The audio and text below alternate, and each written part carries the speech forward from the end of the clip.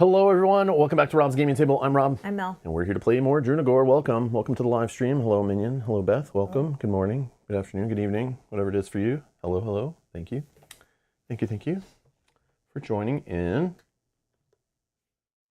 Today we're on chapter 16 out of, we assume, 18 if my memory is correct from when we purchased the game and it said there was 18 scenario campaign. So we're getting close to the end, as it was hinting at in the story about some final showdown or final act or something. But yeah, let's read some story. How's everybody doing today? Happy Thursday? Is it Thursday? Yes. Okay, happy Thursday then. Welcome. Chapter 16, the Royal Crypts. And so you move on, as Thaumagar leads the survivors to safety. You thread through the tunnels of the old sewers, always following the passages that depict the carving of an eye in the frame of their arches. Open and without pupils, this was the symbol chosen to inform the Amirian small folk of places that are prohibited to visit.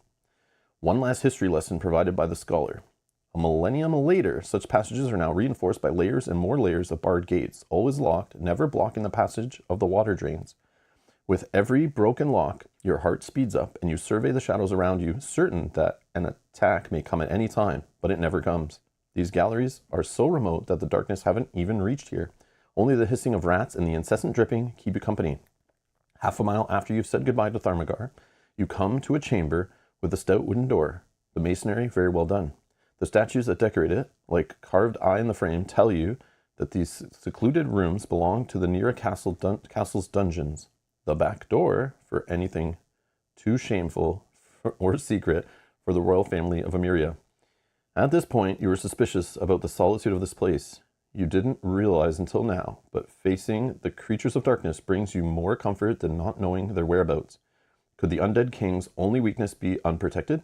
Could Counselor Klee have lied to you? Or maybe you could have been mistaken about the villain's identity. No, none of that is true. Now is not the time to have doubts. For you, the task is only this, to destroy the phylactery that rests in Kefara Zamir's sarcophagus. Nothing else matters. Shoving away the distracting thoughts, you continue to the crypts of the Mage King Ulfar, a burial chamber he built to house everyone he held any esteem for. If they proved themselves worthy by crossing through the way of the Arcana and became ascended, the old king would meet them in the afterlife, where they would all live as equals. A reward for the life of a faithful service. Or so the doctrine teaches. Okay. Oh yeah, Beth is right. Happy last day of July. Last day of July. Yeah, it's oh August man. Tomorrow. Holy jeez. Yeah, all right. Time is flying. So darkness hunting. Okay. Normal, standard, double penalty, winning and losing, yada, yada, yada. Okay. Okay. Only two little special rules here. Before starting this adventure, which I've already done, you must take 2 runes of each color from the bag, place them directly on the initiative track. And special rule, approaching the end game. Dun, dun, dun. Flip the darkness hunting card over, which I've done. During this adventure, always keep it on the B side. Oh. So they've given less tokens pulled out of the bag at the start, but they'll be coming out faster. Does that make any difference? I will see. Maybe I should have taken the other ability to remove darkness tiles from the board. Well, we're immune to darkness. Yeah, but we still suffer the penalties. Yeah, it just makes the minus penalties and the crush damage is more likely, I guess. Okay, we gotta play fast. And then we just have one little space set up here with no other setup to it. So no monsters, no chests, just a door. I hate that. And an empty room. And we start along the bottom and up one. Yeah. Okay. And again, I set it up here. I've zoomed out a lot. I assume it'll go big. There are 4 doors actually for this one. So I assume it's going to be pretty nuts. But again, there's only so many tiles that came in the core set, so it can only be so big, really. But I guess they could use lots of tiles on the... They could use lots of level 0 tiles to just make it huge if they wanted. So yeah. Okay. Of course they make the door far enough away that you can't open it in one action. From where we start. Whatever. Okay, so we're starting bottom in the water, whatever. Yeah, thank you. Okay.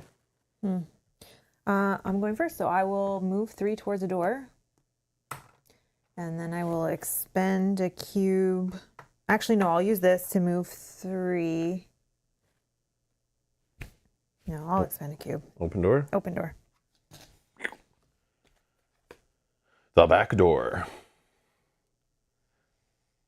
It only takes traversing the first door for your concerns to prove themselves wrong. The enemy is here. Blood, stench, and blackened tendrils spread everywhere, stating the struggle that ensued. The poor men dispatched to guard this passage are also here, but they are no longer the same. Taken by the darkness, their bodies underwent abominable transformations that only aren't worse than the punishments their souls received. Lamenting the terrible fate of the soldiers, you press forward, certain that the presence of creatures here isn't in vain. Okay, so, champions all out now. Okay. Dungeon trades you. One chest. So a white, black, and a gray champion. Okay.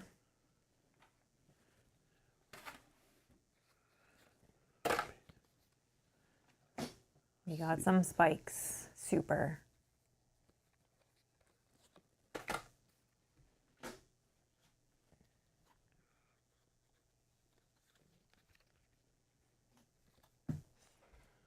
Okay.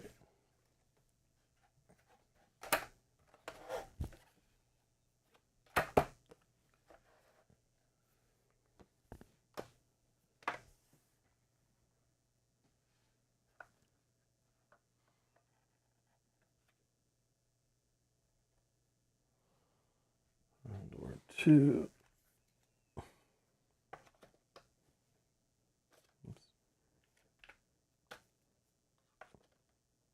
Treasure in it.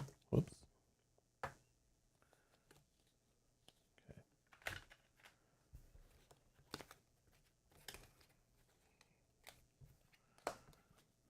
All right.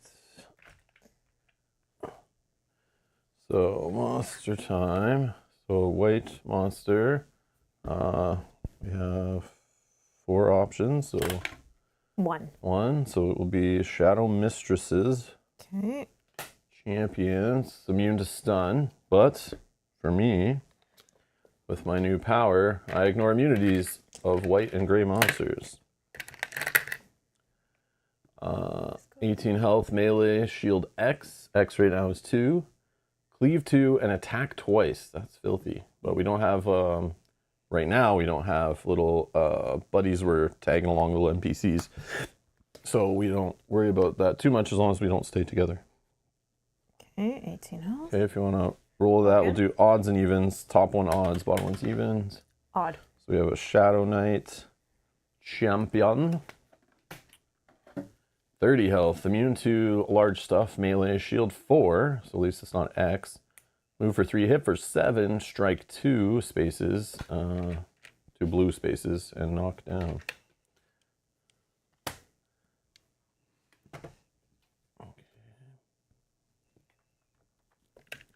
And we need a gray. And I have 4 of those, I think. 4? Yep. So 4. our 4 is the Executioner.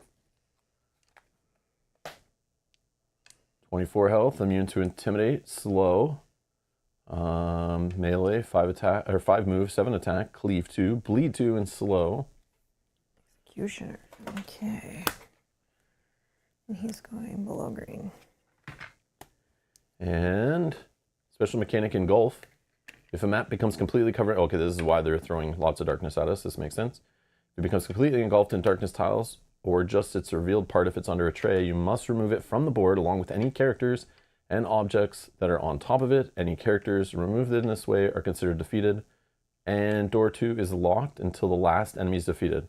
Oh, so okay. we have the darkness chasing us as like a speed mechanic. So like, I don't know. Yeah, I don't know. So like if it removes like all of this little small tile up here, fills it all in, boom, that's gone. Everything on is defeated. Same with here, same with down here. So if we get cut off, we like lose basically, right? I don't know if you can jump that stuff. Like I don't know how it works. There's no description of this fully in the rulebook, how this really works. I don't remember at least. But I'm assuming if like one of these lower levels got destroyed, could I like jump from here to here? Like, is there spaces to even count that I can jump through? Like, I don't know, but Yeah, they didn't think that through too much, but maybe that is in the rule book, and it's just something I was like, oh yeah, that'll deal with when I see it. But oh, anyways, okay. Door number 1 has been opened. So we just have 2 enemies. No, this one. Oh, 3. Yeah. 3 enemies. Great. 2 goes here. So. Oh man. Okay. Big boys now. Hmm. 3 move, 5 move, 5 move. This guy moves for 5. Does he? No, he moves for 3. Oh, 3. Okay. 1, 2, 3. Boom. Yeah, he's on the spikes. He's like already there. Oh yeah, spikes. So the spikes are all down here. This is all bleed 2, and technically he's on spike tile up here, which is bleed 2. Okay, I think I have one more action. This is tough because I'm afraid to go any further in.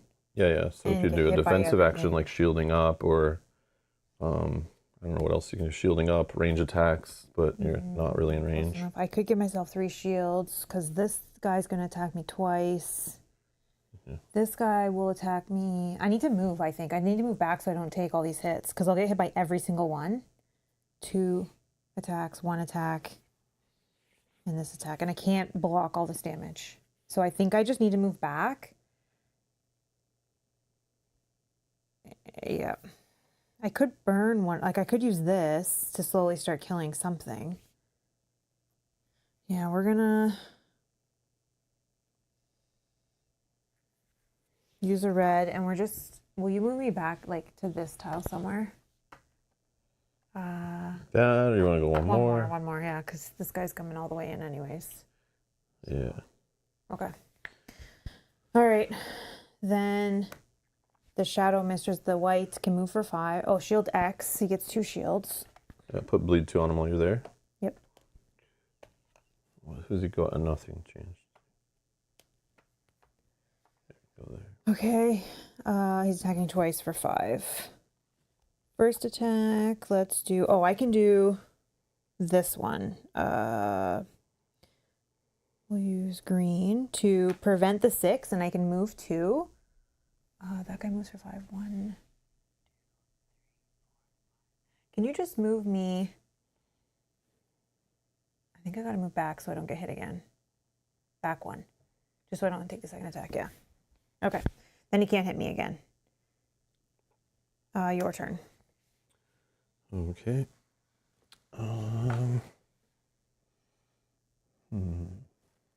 Those guys go after.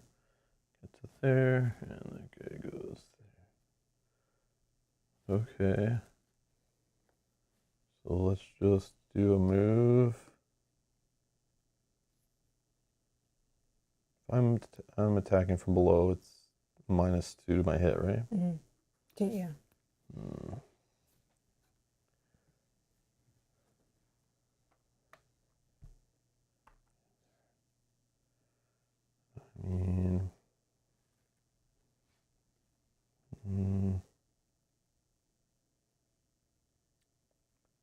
Yogi, we're almost done. We're not going to teach Kyle now. I was going to go over and learn Chronicles of Drunagor? No. Yeah, right. No. Yeah. This game's almost finished. We'll be moving on, and it'll be in the rearview mirror, man. We're almost No done. way. Yeah. We got too many other games to play that, like, we're still working on another campaign with Kyle, playing through Clank Legacy 2. Which, Come on now, Yogi, you're not watching? Well, yeah, we're only on, like, episode 5 out of 12, and, like, Kyle can't play every week, so that's going to be going for months. But yeah, so no. Yeah. Oh, you have watched all episodes. You're trolling. Okay. No, I can't go there. Yeah, let's just go down here and do some minus hit stuff. Okay, range.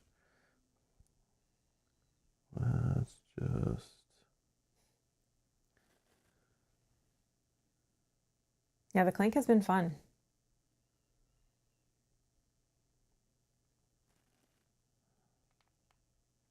Let's go Lightning Whip. 12, so it's +2 to the hit, but -2 to the hit, so we're still good. +3 damage, so it's 7 damage and knockdown on that guy. 5, 6, 7 and knockdown. And then I'm going to... Oh, I'm sorry. He had 2 shields, so I'm going to remove those 2 shields. Yeah, no. That back. And then with the blue cube, a green cube, we're going to do... Oh, yeah. I have plus. No, I don't plus on those. This is 5 damage and knockdown on this guy, please. Okay. And that is my turn. Okay. Shadow Knight the Black. He's moving for 3, but he's going to get shield 4. Boom. Give him bleed 2. And bleed 2. Okay. Executioner, he just stands up. He's done. We're drawing 2 runes from the bag.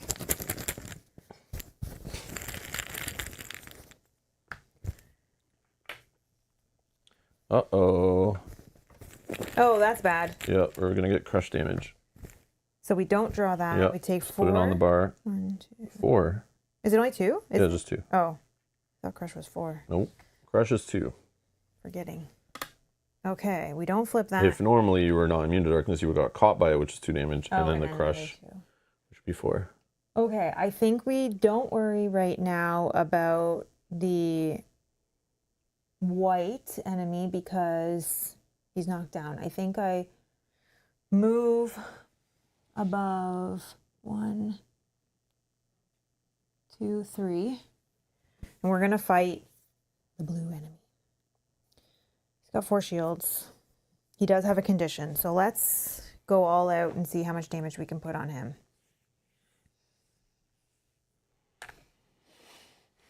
First attack we're going to do is our double attack. If he has a condition, does +1 damage. So we're attacking with a roll of +4, 5, 6, because we're above. +6 to the roll. 3 plus 6 is 9. So that's a success. So that does 5 damage, but 4 shields and 1. Okay, then we do that again. 17. That's good. So that is not a critical, but we still do 5 damage. Then we can add, he's not immune to poison? No. So we can add poison 1. And then I think we're just going to add the poison 2 from the weapon. Okay. Then now we hit with the backstab. The double attacks, they do double damage. Or again, we're still rolling for +6. That's a cock die. 8. Okay. That's a success. So that does 8 damage. 6, 7, 8. 2 plus 6 is 8. Okay, that does 8 damage. 6, 7, 8. Okay. And I'm done. This guy, he's going to take 2 bleed. Mm-hmm. He's going to stand up. And then it's going to be your turn. So this guy's taking 5 on his turn. So he just needs to get hit for 3 and he'll die right away. And then the other 2 guys are... Okay. So I'm going to do 4 damage to 2 targets. 4 damage to this guy. And let's do 4 damage to this guy.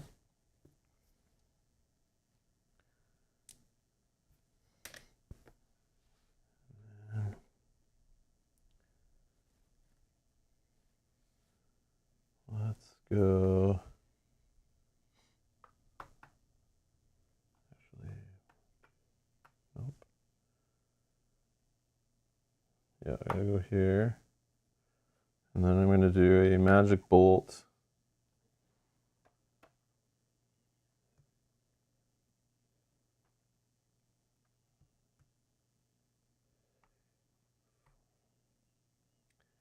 What's he do again? This guy is... Cleave 2, bleed 2, and slow. We can't cleave both of us. So that's good. Okay.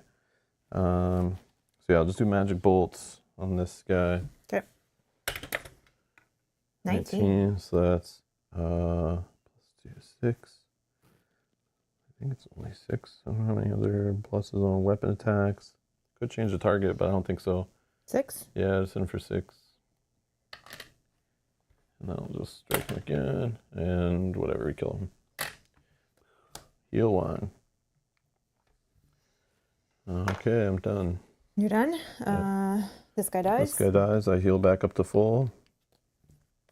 Okay, then this guy, Executioner, moves for 5. He can't get to a spot where he can cleave us both, but Okay. he's there. Give him bleed 2, please. Bleed 2. Oh, that's 1. Bleed 2, then he He's attacking you. attacks me for 7. If he'll bleed you 2 and slow you if he, but again, I don't know. He's gonna get some of that through for sure. Let's...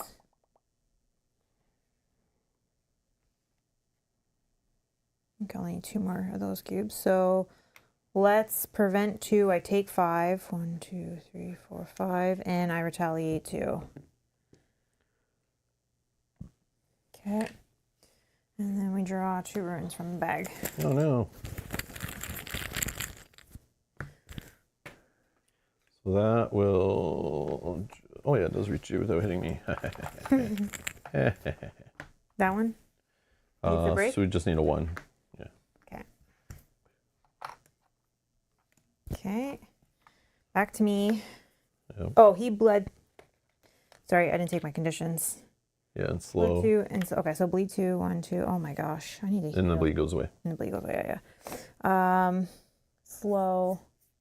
He's right in front of me, but I can't, oh, I can't move at all, right? No, you can move 1 point. Oh, then I'll move and one get off the here. darkness. Yeah, perfect. Then...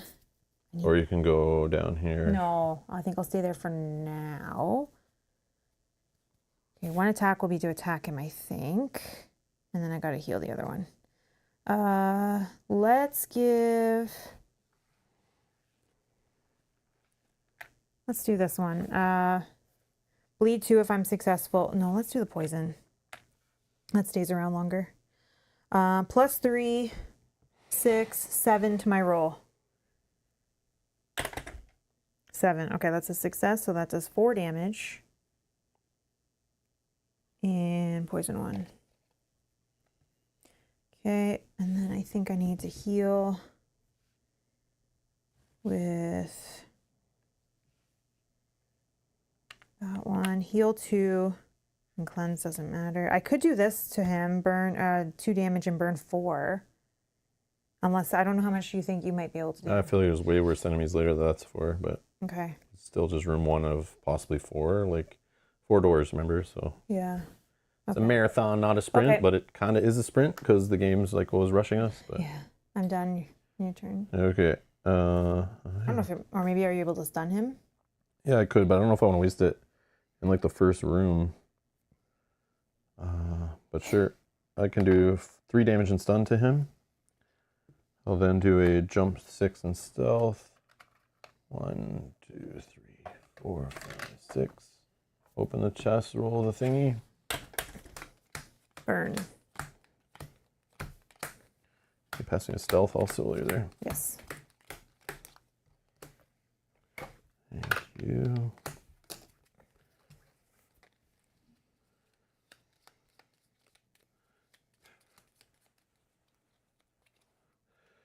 Yeah. Potion of Fortitude. Oh, those are good ones. Yeah, not really early though. But whatever. Okay. And I'm done. Okay, this guy, he's going to take 3 damage. And then he's already adjacent to me, but he's stunned. Okay. Bleed goes away. And stun goes away. All right. Drawing 2.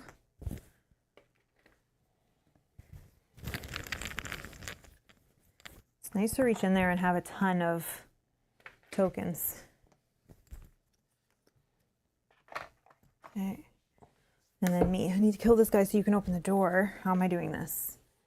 As long as you get him down, then I can just shoot him once with like a, I don't know, I could do like a 5 damage automatically. So as long as you hit him for like, oh, but he poisoned 1. So like, technically as long as you get either 1 poison on him or hit him for 1 damage, like I can clear him, but. Okay. I will move for, I'm doing an attack at a range. So I can move And hit him like in this square, this square, this square, I think this I square, would this be square. on the darkness there, the symbol. 1, 2, 3. Yeah. And then let's try our new attack. Strike 1 hit is +4 to the roll. It deals +1 damage and bleed 1. 7. Okay, it's a success, so that does 5 damage. 1 and 4 and bleed 1. So he's dead. Yep, but not on. Yeah. Oh yeah, I'll finish him. Whatever. Okay, and then I need Just to. gonna move to get further in the scenario. What am I doing? Which I don't know. What am I doing with these? Maybe I guess I could have done this first. I didn't know. Yeah, I don't know why I didn't move like further into the scenario. Didn't still hit him. Like down here somewhere. Or do you have a jump or something you're saving it for? No. I guess you're right. I should. You only take it once on a turn, so it doesn't matter whether you stopping it, moving it again, whatever. Yeah, you don't want to just do it on 2 separate turns. I had the plus. I was rolling the plus so 1, 4. 2, 3, or 3. Yeah, I was rolling +4 on the roll, so even with I was still good. Oh, I see. You didn't want the -2. Got it. Then I'll just use this because I can move 2, so I'll move up towards the door.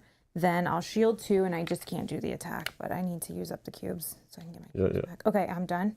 Okay. Your turn. So burn 2. Stealth gone.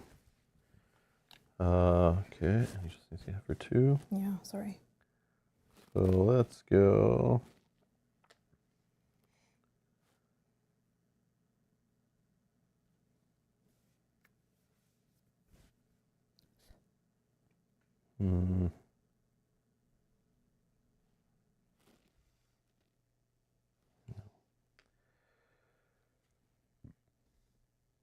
Let's do a jump 3.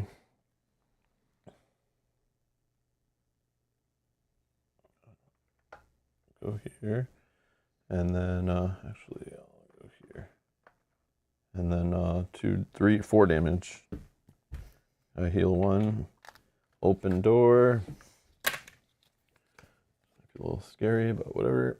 Following the dungeon, so we found the hidden crypts. Following the dungeon through the pathways designed to be exits, you reach the first sarcophagi, where are buried, almost hidden, people who, however much they served the Mage King in life, failed to follow the path of virtue. Counselor Klee's effigy is here, guarding the grave of the man you knew in death. A face you remember, as well as the last request he made in exchange for his service to you in the spiritual realm. Something you can decide to do once you get rid of the unwanted companions that plague this place. Came from who knows where. All right, so Are we using the same enemies? Yeah. Okay. Yeah, I'll just keep it flowing. Okay. Big bridge. Big bridge.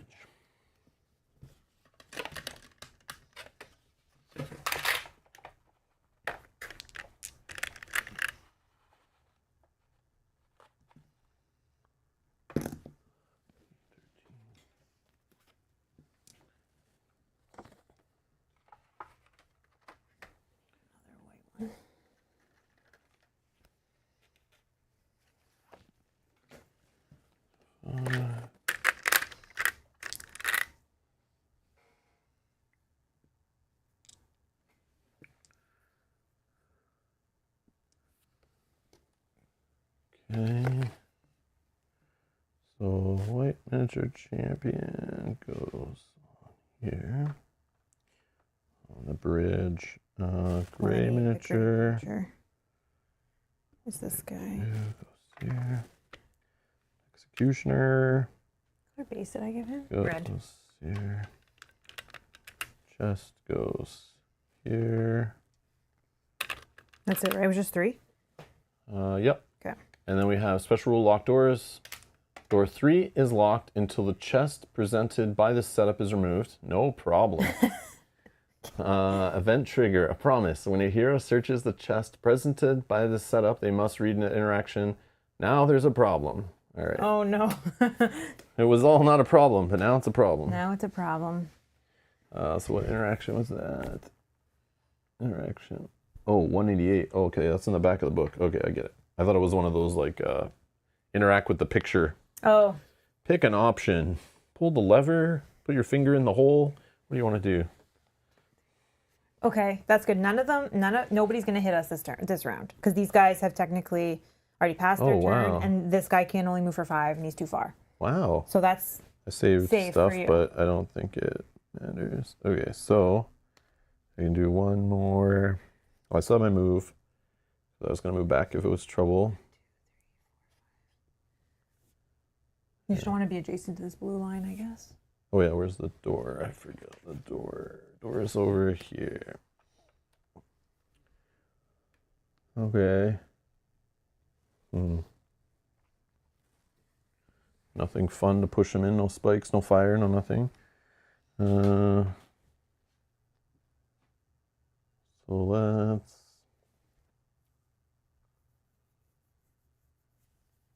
And you need to get to... You're going to get to this guy and fight this guy, is that what you're doing? I will on my turn. Okay. Oh, I think the red might be closer. I'm not sure. But yeah, I'll be Oh, fighting. the red will move up? He'll move 5 on his turn first. 1, 2, 3, I could stun him. Yeah. Or not stun him, knock him down. Okay. And then we'll worry about the... Yeah, let's do that. So let's do 3 damage and knockdown to the red dice there. Okay. And movement. Oh, these guys are going to get shield 4, though. That's so annoying, because now we've drawn more oranges. Yeah. But that's okay. We can make it through those. But if you go here to fight this guy, and this guy, 1, 2, 3. Yeah, you're going to get hit by that guy, too. Nothing I can do about that, I don't know actually what I'm going to do. I only have 1 cube. I could stealth myself and then heal and actually not fight until the following round. I'm just going to go back to there. And, yeah, I'm done. You're done? Okay. This guy just stands up. Okay, we're drawing 2 runes.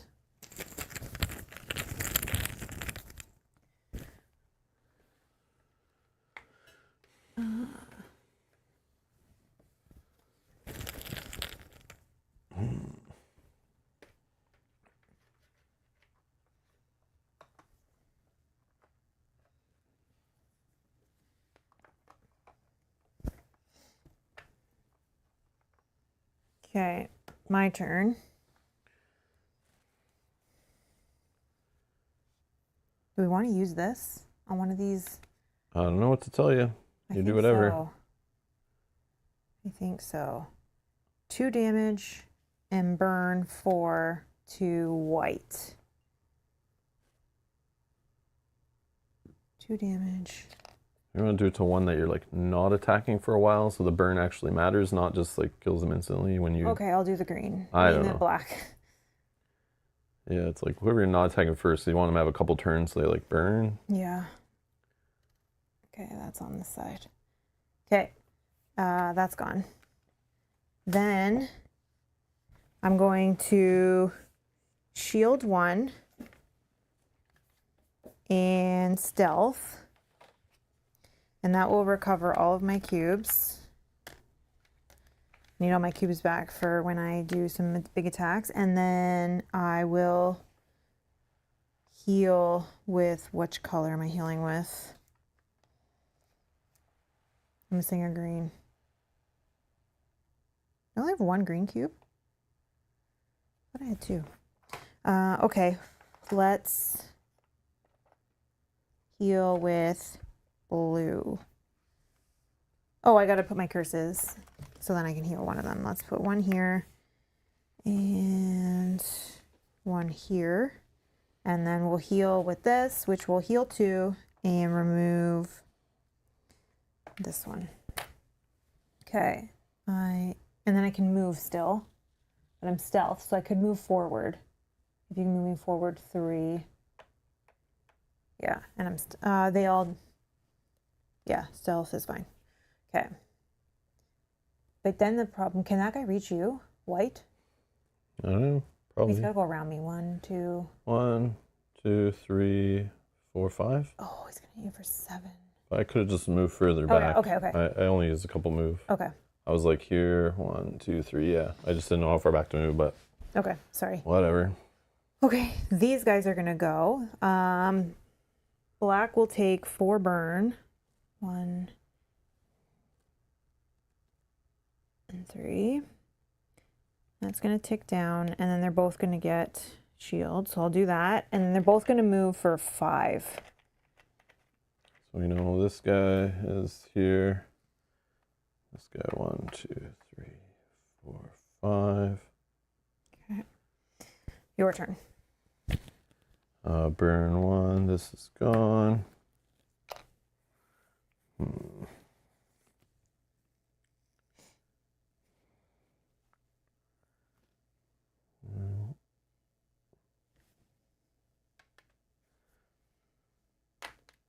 Attack this guy in front of me.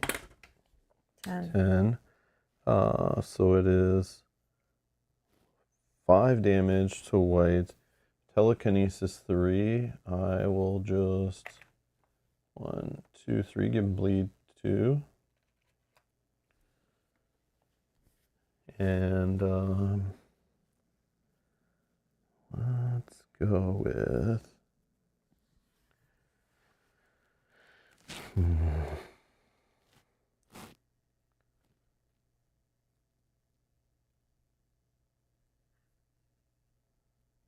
yeah, let's just do a blocked cube, and I will do 5 damage and knockdown on red.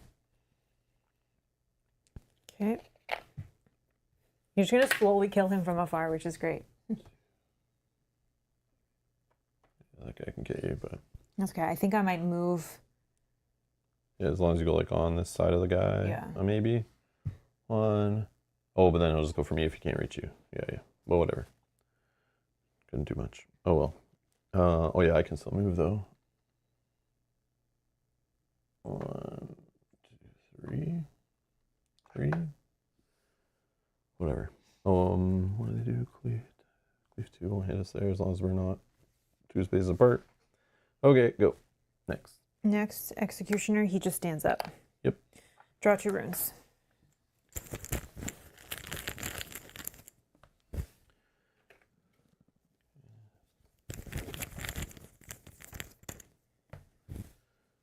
I just need a 1. Oh, actually, I can take both those. Yeah, or that 2 spacer. It's fine. It'll fit.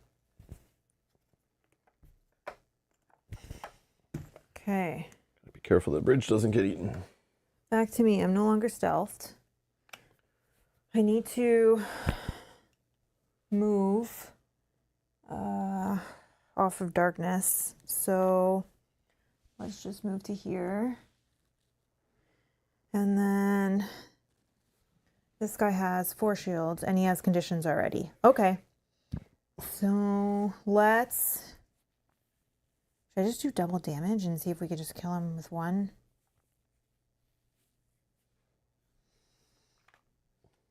Yeah. We're going to use if the target has a condition, deals double damage because we need to get through his shields too. And this is +4 to the roll. 6 + 4 is 10, so that is a success. So that does 8 damage. So 4 is absorbed by shields. 2. Okay. And then again 6. Okay, that does another 8 damage, which is enough to kill him. Okay. So Spiros is saying, I think enemies like PC. I don't know what PC stands for. Is it like PC? PC like personal computer? Yeah. I don't know. Can't keep more than 1 damage condition token. I don't know that that's true. I'm not sure what you mean, Spiros. Do you mean like they can't have poison And bleed? and Is that what you bleed? mean? I think everyone in this game is limited to 4 tokens per type, is what I thought. I'm pretty sure I've been doing it the whole time with like developers and community managers and stuff for the publisher watching in the stream. So I don't think that's a problem we've ever had. And no one's left a comment about that before. And we've been doing that for like 17 episodes. So Yeah. I don't know. I don't remember reading that. I'm not sure. If you have a page in the rulebook that you know where that is, feel free to let us know. I can look it up. But unless you have some hard evidence, I'm not going to change the play at this point. But yeah. Okay. I think you can keep only token per type. That means 2 poison max, bleed or burn. I search it. Okay, yeah, Spiros. If you know the page, like, Yeah. yeah, I don't remember reading that. I That's- thought you were allowed to have up to 4 was tokens. the max, yeah. But remember, yeah, that would be like two tokens. So like up to 4. Yeah. Yeah. So like 4 points of poison every round. 4 points of bleed is the max. 4 points of burn. Unless a rule breaks it, like on a card or something. Sometimes I've done that, but. Okay. Second cube action, I'm going to shield self 1. And yeah, minion, we're not sure either. Do we know developers, etc. will know the rules? No, that is something you can't rely on with this publisher, yes. I can Too many hands in the pot. Too many language translations too. 2. And then I'm doing a range attack on red for +4 to the roll. Yeah, too many points of failure.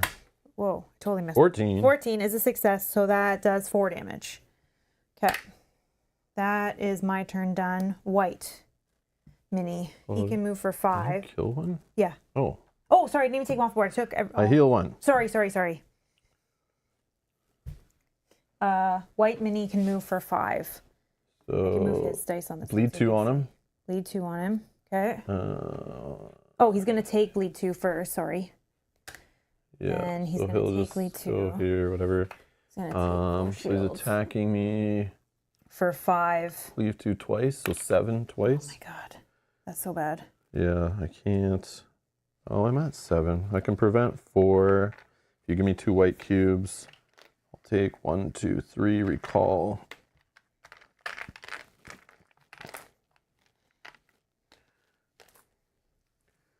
Let's go.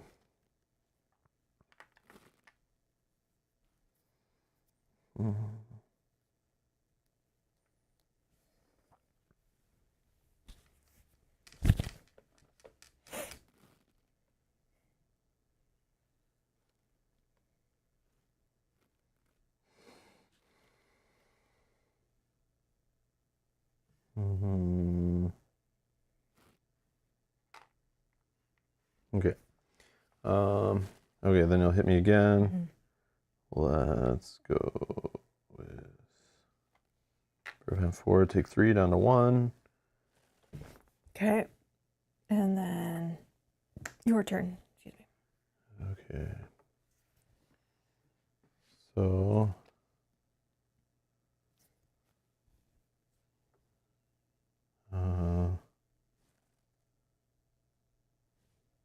let's go shield. Yeah. Shield X. Yeah.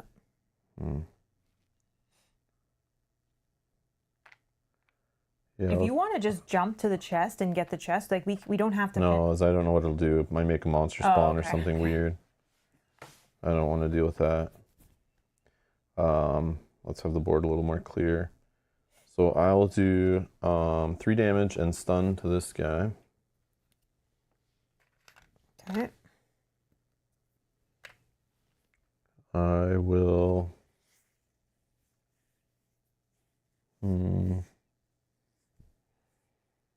Yeah, since I have this, I'm like, okay to take a trauma cube. That's totally fine. Let's clear right away. It's like a free heal to full, so I'm not going to waste time healing. And you remove the trauma cube, so it's like it doesn't even exist. Yeah.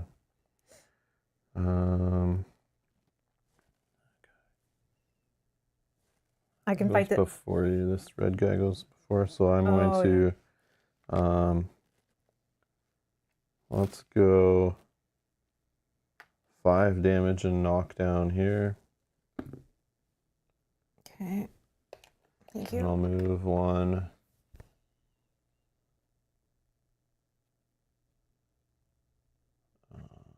2, 3.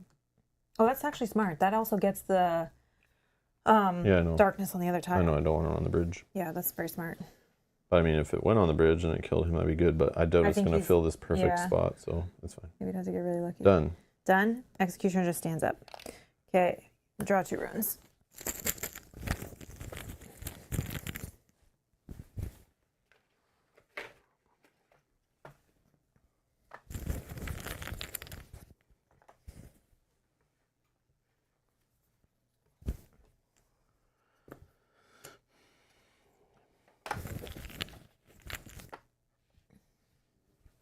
Okay, my turn. To get off of darkness and near that chest. Let's go. So annoying. Maybe I just take the darkness penalty. I attack at range first. Then I move to the chest. And if he's still there, yeah, I'm going to try this. I don't know if it'll work, but I have the plus to my roll. So +4, then -2. So I only have really +2 to the roll because I'm on darkness, so I'm minusing 2 from that. If this attack is successful, I deal +1 damage and bleed 1. 7, 8, 9 is good. Okay, so that does 5 damage. So he's at 2. And bleed 1. So he is still there. That's not enough to put poison or something. So now we move here. We attack with this. He can be poisoned, yes. So we attack with +3, 6, 7 to the roll. Okay, success. Boom, he's so he's dead. dead. Then I will, oh, perfect. And then I will open the chest. Oh, this might be bad because I don't have any more Hold on. actions. It says Oh yeah, is it instead of rolling? they must. When a hero searches the chest presented by the setup, they must read interaction resolution 1-8. Do I still get to search, do we think? I don't know. I don't know. Let's just read the interaction. I don't know if it like you read it first. Yeah. You finish doing the chest completely, then do it after. I don't know. But it might make more sense when we just read what it's doing. 188. Page 21. Redundant conditions are any which you can hold only one token of the same type at the same time. Is it the same in this book though? Because remember, don't we have a different version too? I don't know. 21. So you're reading in conditions, immediate effects, and resource tokens.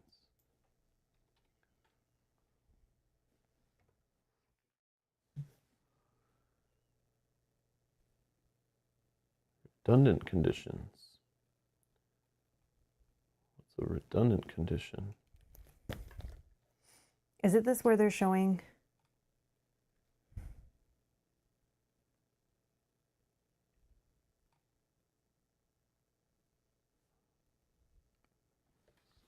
Doesn't even make sense. Redundant. Oh, here we are. Redundant conditions are any which you can hold only one token of the same type. Yeah, that just means like, that's like slow. The ones that are and stun. Yeah, yeah. So if you go to here, hold on. Somewhere in the back here, there's a reference for this. Page right here.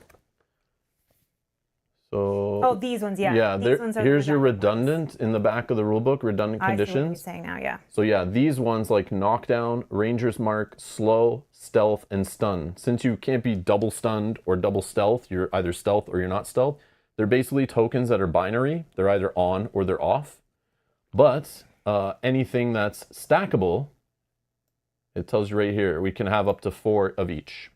And a character is a monster or a player mini. So characters cover all that stuff. So there you go. There's your answer. Just look on this page. 59.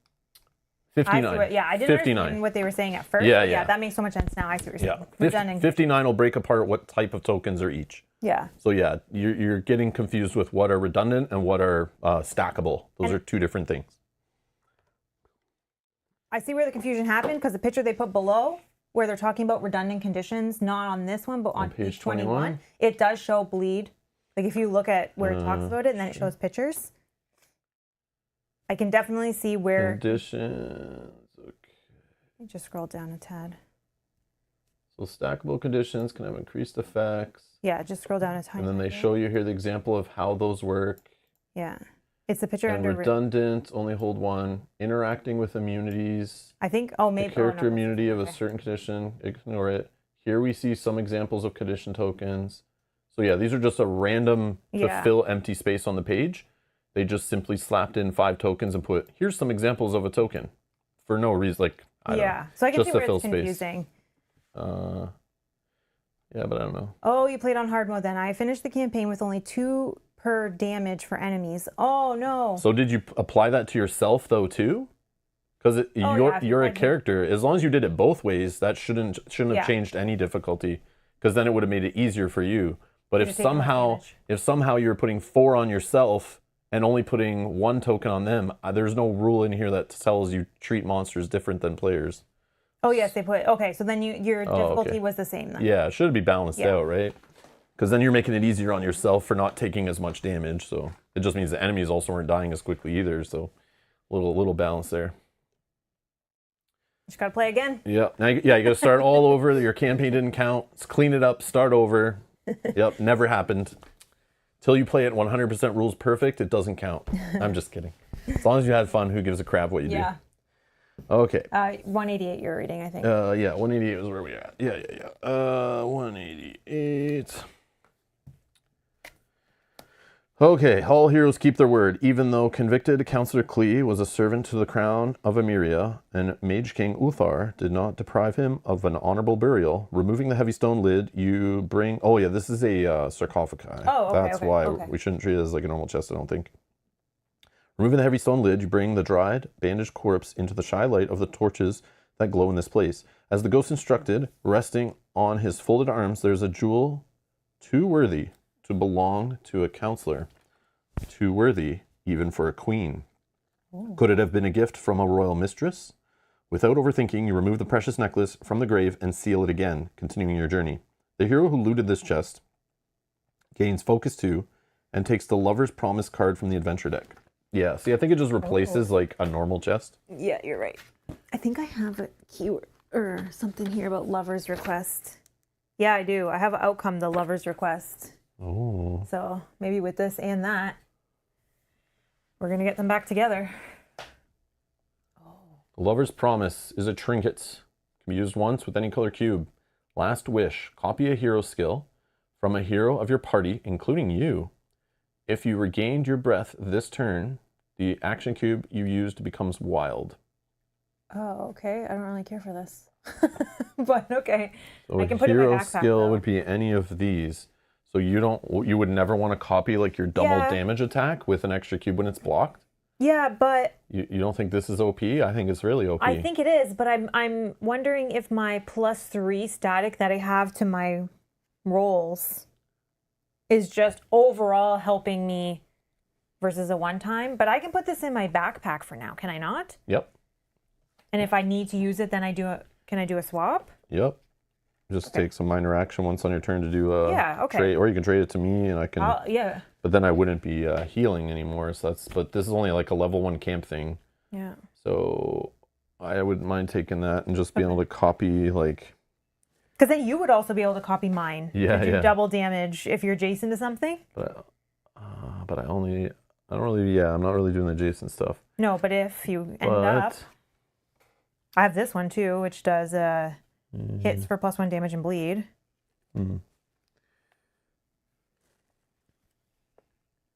Yeah, I feel like you could even copy like retaliates and stuff. So that would give me something I don't normally have. Yeah. But I don't know if it's better than a heal and removing condition tokens. But it's cool either way. Okay.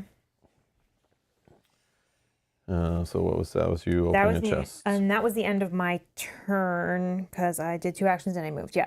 So this guy, he's going to take bleed 2. Is that 5?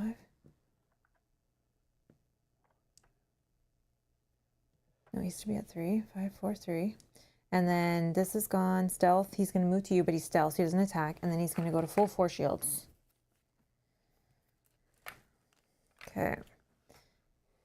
Then your turn. So we can open the door because the chest is gone. Oh, I know.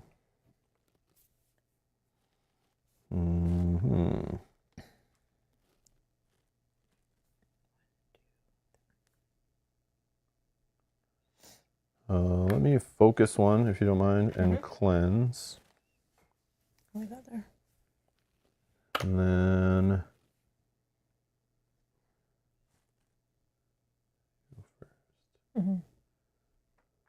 Yeah, I'll reach him anyway. I'll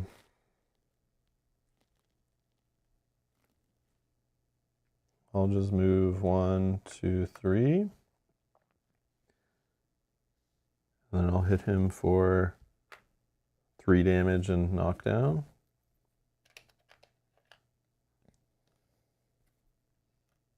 Okay. And then we'll open the door.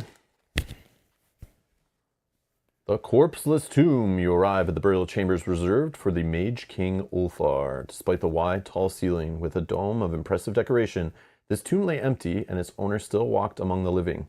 A fact that darkness doesn't seem to mind at all, as it flourishes here in abundance as if it was the weed that it is. Yet from nowhere it protrudes more than through the door leading to the sarcophagi of the esteemed servants, tearing it out like overgrown vegetation. Amidst the dreadful scene, a cornered man fights for his life, almost crying of joy when his eyes lay upon you. So someone we can maybe help. Oh, but there's going to be a guy who's trying to kill him first. Oh, super. We've seen this many times. Yeah. So 100% the rules are going to say, monster slaughter is going after the dude in the corner for the first round. Okay, so let's set this up. Dungeon tray 3. Black. 11.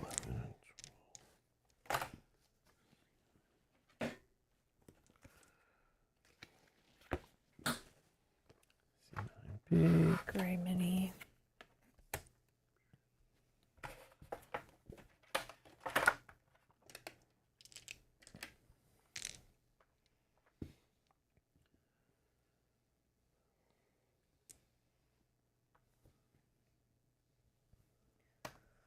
NPC token. Another gray. 2 grays? Sorry. Yep. Okay. Blue NPC. 2 chests. Oh, sorry. Knock that guy.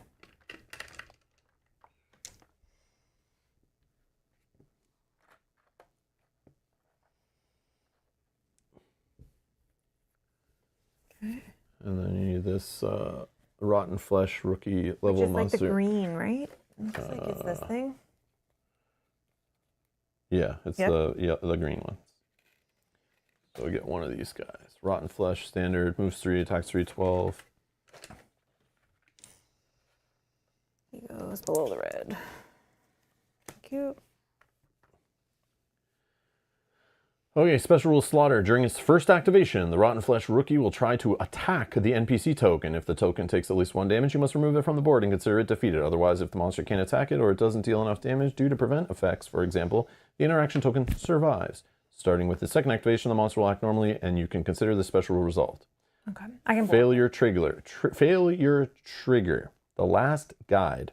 If the predator defeats the NPC token, the adventure immediately ends in failure. Could you imagine if you didn't have prevents available? Yeah, so they warmed us up and they showed us this mechanic many times, but now it actually matters. Event trigger, the Tomb Keeper. When the last enemy is defeated, read special event, the Tomb Keeper, which I'm assuming is a Final commander. boss fight. Yeah, the commander will show up on page 72. All right.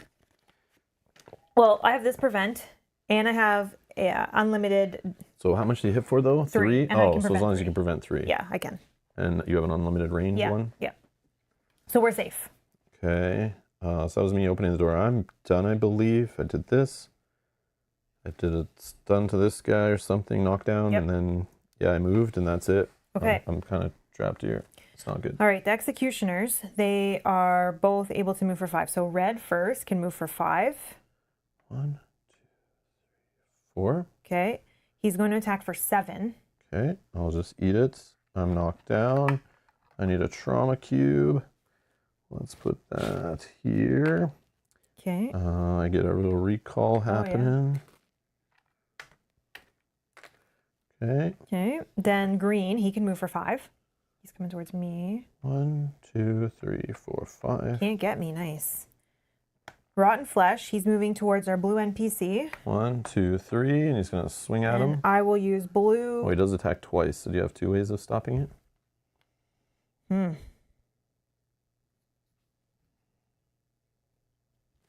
If you don't, we lose. Then it's like no point. Do I? Yeah, I didn't leave an action to stun him, unfortunately. So I wish I knew. So it's kind of like a gotcha, but. Oh, I have a prevent. Oh, but it's How self. much? He has 3 health. So we only have to prevent. What did it say the NPC had?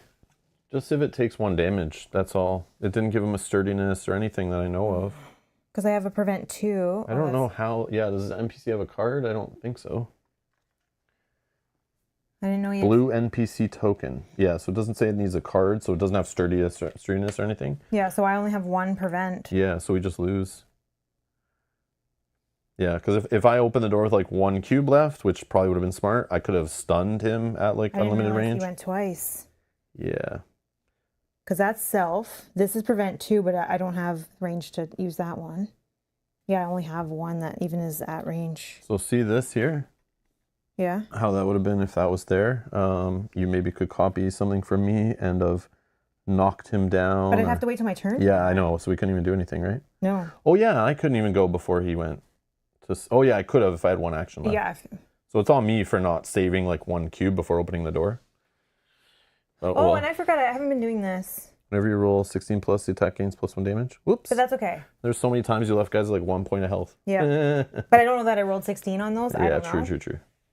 That's so annoying that we just died because we can't. That guy attacks twice. I mean, just to keep it going, we can just say I never knocked this guy down, and instead I saved a cube, and then You knocked that guy down? I knocked him down. Yeah, if we don't just keep playing. Okay. But that Did means... that do damage to him? Yeah, it would have done 3 shields. damage. Yeah, 3 shields. Shields. Okay. We might still lose because there's like way too many enemies on the board now. This guy took 3 damage and knockdown? Sure. Okay. Yeah. Yeah, that's so dumb. Like that's not. I know it's meant to reinforce like you're this far in the campaign, you should know better than to open a door with no actions left. Because they've shown us this mechanic. It's on us. Like I'm not mad. It's another one of those gotchas. Haha. No, I don't want to lose to that. That's so dumb.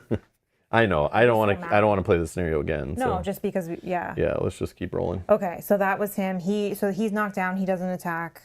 He just stands up. Okay, and then we're gonna draw 2 runes.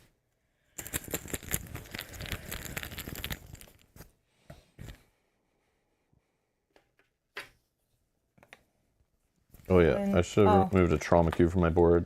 Yeah. Oh yeah, because it was still your turn, right? I don't need. Okay, so this is going for you. Yep. And then this one still goes for you or no? I think so. Okay. I think that's how we've been doing it in the past.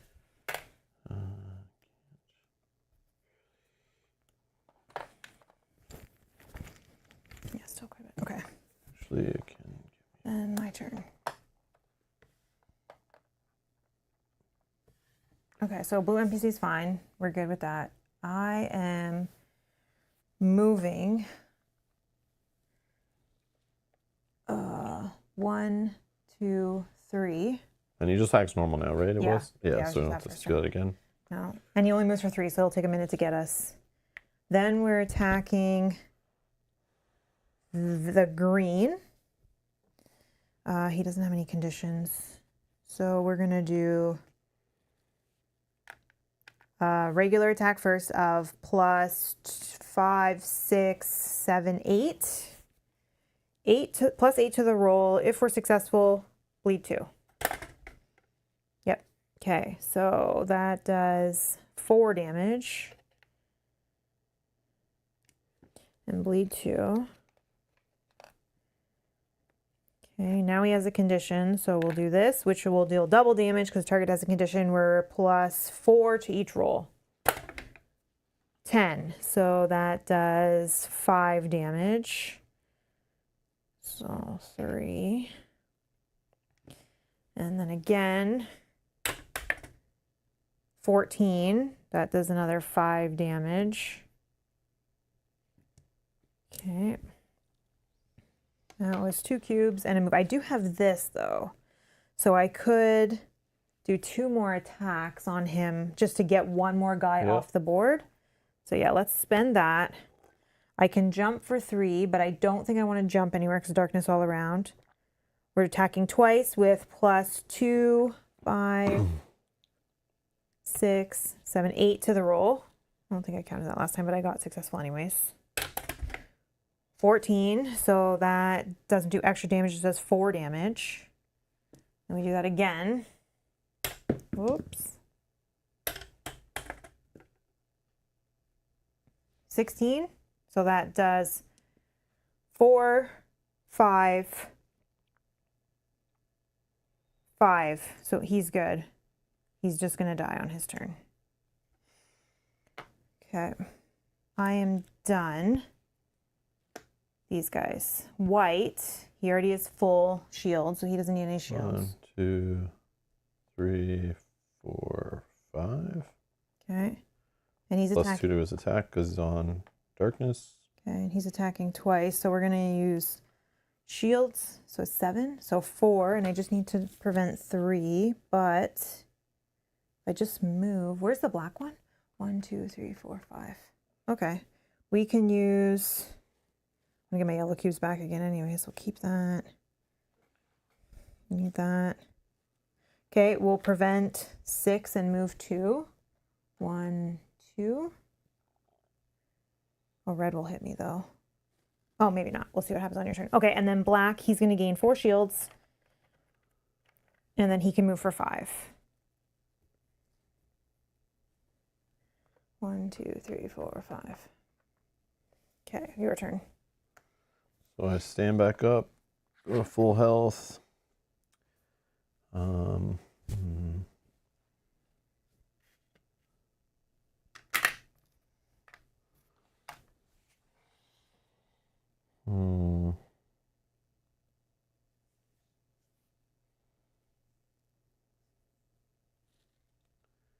This guy's gonna die automatically. Yep. This guy, if I can stop him, this guy's gonna go. I can go for this guy if you can stop this guy or something. Guy hits harder. I know this guy hits twice, but Okay, let's just do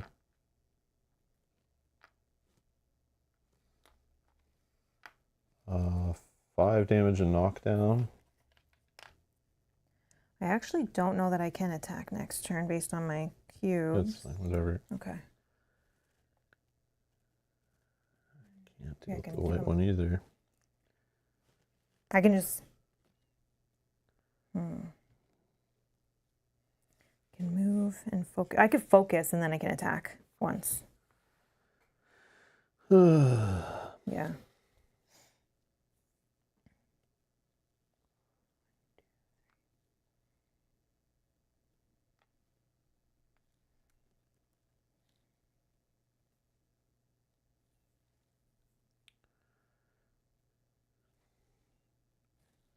Those shields just make it pointless. Like we both have to like attack those guys like the same time together and the same turns. Like otherwise they don't go away. I know. It's just That's like a why waste. that's why I've been using I this keep one hitting on. them and then you don't attack them, so they just get their shields back, and it's like, why am I even like stalling them if they're not going to attack them? Just a waste of damage, waste of turns. So I'm going to let them go wild. And yeah, let's go. Oh, unless you're fighting one of them. Yes, but only with a focus because I So only. can you fight this one? Yeah. Okay, so then I will.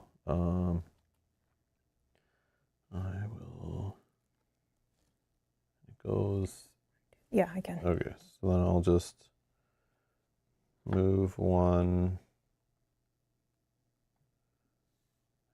Yeah, and then I'll just do the double attack on it.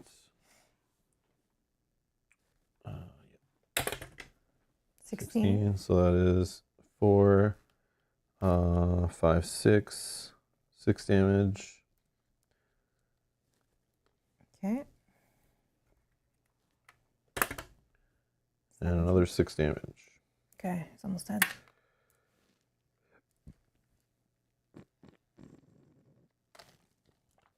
Okay, and that's me done. That was you. Okay, these guys. Red is just going to stand up and green will die. Okay, then Rotten Flesh can move for 3. Okay, and he doesn't have range, so he's not attacking me. Okay, and drawing 2 runes. First one. Does that so break? 3 breaks, yeah.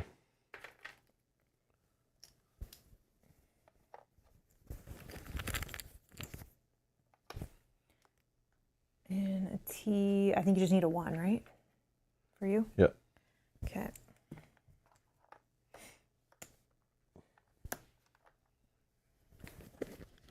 Okay. My turn. I need to do this in a specific way here. So I need to first, with this red cube, I need to self-focus 2. Then I need to use this to jump 3. And then I can attack with plus 5, 6 to my roll.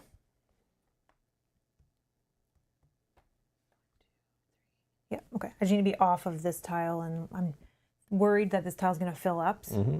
So, well, maybe it won't because we have those over spaces back here, there, but maybe it's fine. Okay, plus 6 to the roll. We're attacking twice. 5, so that is 4 damage.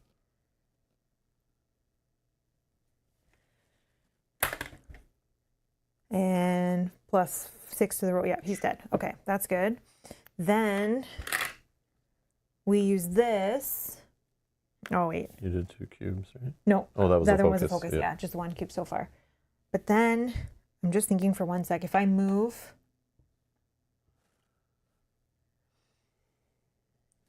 what's happening here? This guy's going to get me for sure.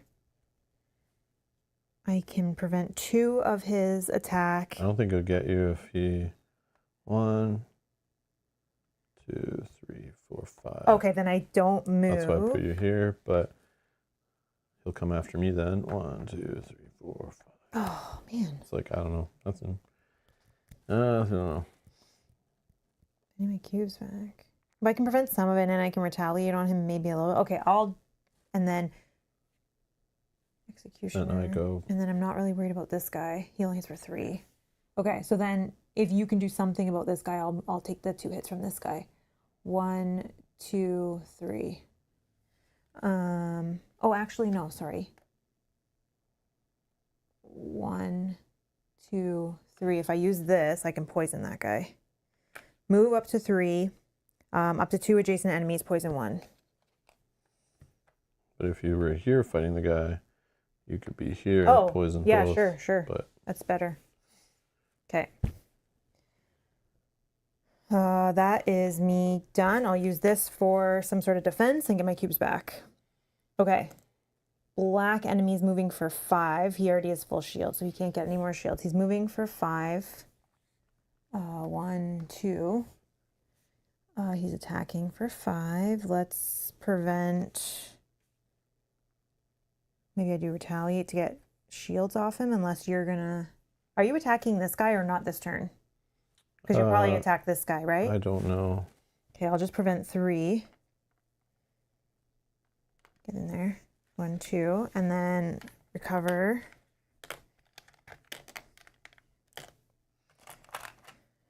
And then he's going to attack me again. So I want this. I don't think I need this. Then I can use my blue cubes for other things. And I'll keep that for now. Okay. Then he attacks me for 5. And I'll use this to prevent 2. So I take 3. 1, 2, 3. And then I retaliate 2. I don't know if that's smart, but. Okay. He's done. Your turn. Okay. So. Red is the worry. Yeah, okay. So let me just. I'll just do 3 damage to it and stun it.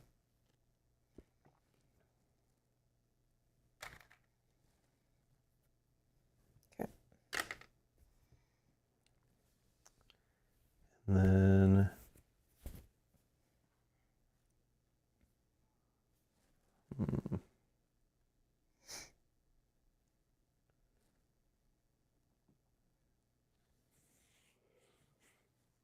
I'm going to try for this one, I think, on my turn. Mm-hmm.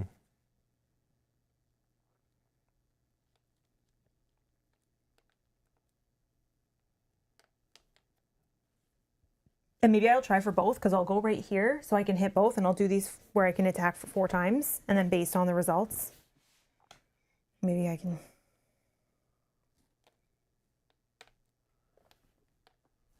So sorry, you're attacking this guy? Yeah, and I'll probably try to attack Brown as well. Okay. If I'm lucky in my rolls.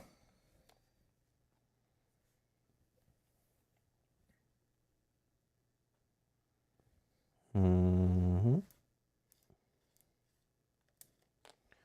1, 2, 3.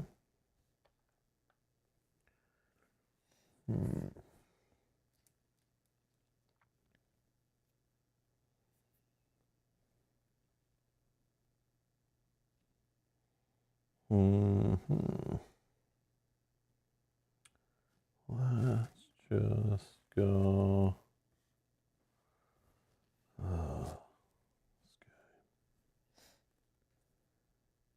Pushing, knocking down. Is there a door on this one? Sorry. Oh, probably. Nope. No? Okay. Oh, maybe we have to read that and it just tells us the setup on the door 4 card. Yeah, when the last enemy is defeated. Okay, so we'll be fighting on that one. Okay.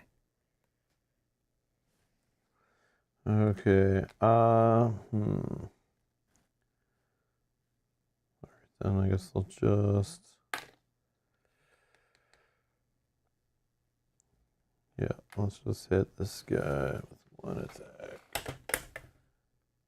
19. So it is +3, 4, 5, 9. Knockdown. To red? No, to black. Black. 9. So just take away 7, 2 5. dice, change this to 1. Oh, and knockdown token. Mm-hmm. Okay. That's me done. Okay. This guy takes 1 poison. And He's he's stunned. stunned, so he doesn't do anything. This guy takes 1 poison. And he moves for 3. Doesn't need to move. Okay. And then he attacks twice. Yeah, and he's above you, so whatever that means. Nothing for enemies. Okay. So we'll prevent 3. And then we will. Oh, no, I'm not going to do that. This is silly. But we're going to use this one because I want to get up top. So we're going to self-prevent 6 and move 2. 1, 2. Then he can't attack me the second time. Okay. And the Intimidate doesn't go through. And 2 runes.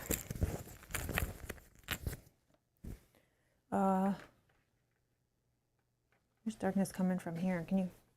You're there. Oh, okay. Or down here, whatever's closer, so. Yeah, I feel like this just gets closest to you. Okay. Probably. Oh, okay. Yeah, that's fine. So that one will just break 1 and. Oh, and then hit me. Or actually, no, it can go under you. Yeah, because those tiles all. Yeah. Okay.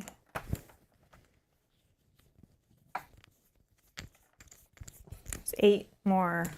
So we got not too much time left. I know. Okay, so then we need to do some successful attacks here. I'm going to move right here. We're going to attack with double damage. He has a condition because he's knocked down. So we're going to attack first the black enemy with +4 to the roll. 6. 6 is that's a miss. Dang it. Trying again. 14. Okay, that's a success. So we hit 4 for 8 damage. He's at 11. So he's at 3. Okay, then we'll do this attack. You don't want to waste an attack on him. You can attack the other guy. Well, Because I can hit 2 targets for like 4 each. Oh, yeah, but he goes right after. Never mind. Never mind. I'll just try. Yeah, kill him. Yeah, that makes sense. He has a condition, so we deal +1 damage if we're successful. We're 4 to the roll. We have 2 attacks. 5 + 4 is 9. That's success, so he's dead. And then my second attack with that same ability will be on the brown. He has a condition as well, so we're dealing +1 damage. 5 + 4 is 9, so we're doing, what did I say, 5 damage? So he's at 3, 6, 7, 8. Yeah, he's at 3. Not rolling any to be able to put poisons and stuff on them, which is kind of annoying. Okay, and then your turn. Okay. So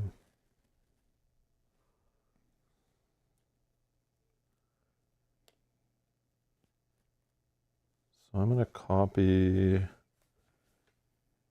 this double magic hit thing, magic bolt, whatever it's called. 2 attacks on this guy at range. 3. That is a miss, so I'll re-roll 1 miss on my turn.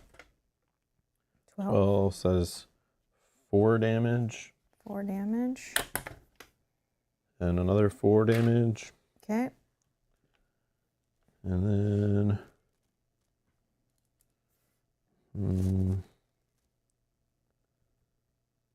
let's go.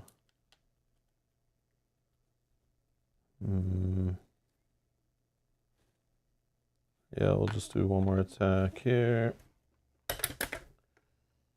9. So it's +1, so 5 damage. Damn. I was 1 shy. I'm gonna Dang, waste. I wish. Yep. That's okay. 1, 2, 3. Done. Done. Okay. Yeah, it feels like mediocre roll day. Holy. Yep. This guy takes 1 poison. He's at 1. He's going to attack. He's moving for 5. Move to a bad spot. Is he is cleave 2, right? Yeah. Yeah, I moved to a really bad spot. I should have just stayed down here. Okay. So he's moving here to cleave you or whatever. Hitting me for 7, which I can only prevent 3, and I'm still going to take some damage, so I think I don't use that, and I just get knocked out. And then the next guy is this one is going to go. Yeah, he's going to take a poison. 1, Where am I putting this? 3. He attacks me twice for 5 each. So let's prevent. Yeah, let's prevent 4. Prevent 4, so I take 2 total. And he intimidates me twice, so I get intimidate 2.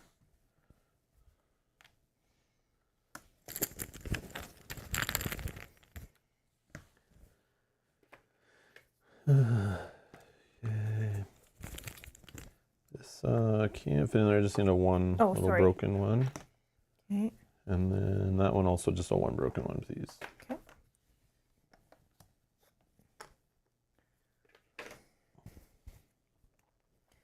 All right, my turn. I stand up. Okay, I am here. Is that a spot? Yeah. So you just need to hit this guy. This guy will die on his turn, so. Yeah, but we can't.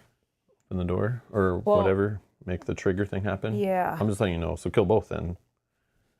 But try to do as efficiently as possible because whatever this thing reads will probably make more enemies and.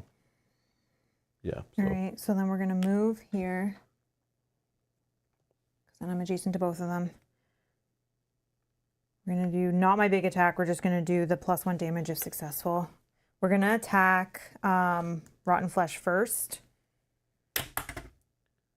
6 + 3 and 4. Yep, that's a success. So Rotten Flesh is dead. So I heal 1. Then we're going to roll on the other guy. He also has a condition. 17, he's dead. Now I roll the... And then I heal 1. Okay, so that's all enemies are dead. Okay. I still have 1 more cube action. So I'm reading on page 72, special event, the Tomb Keeper.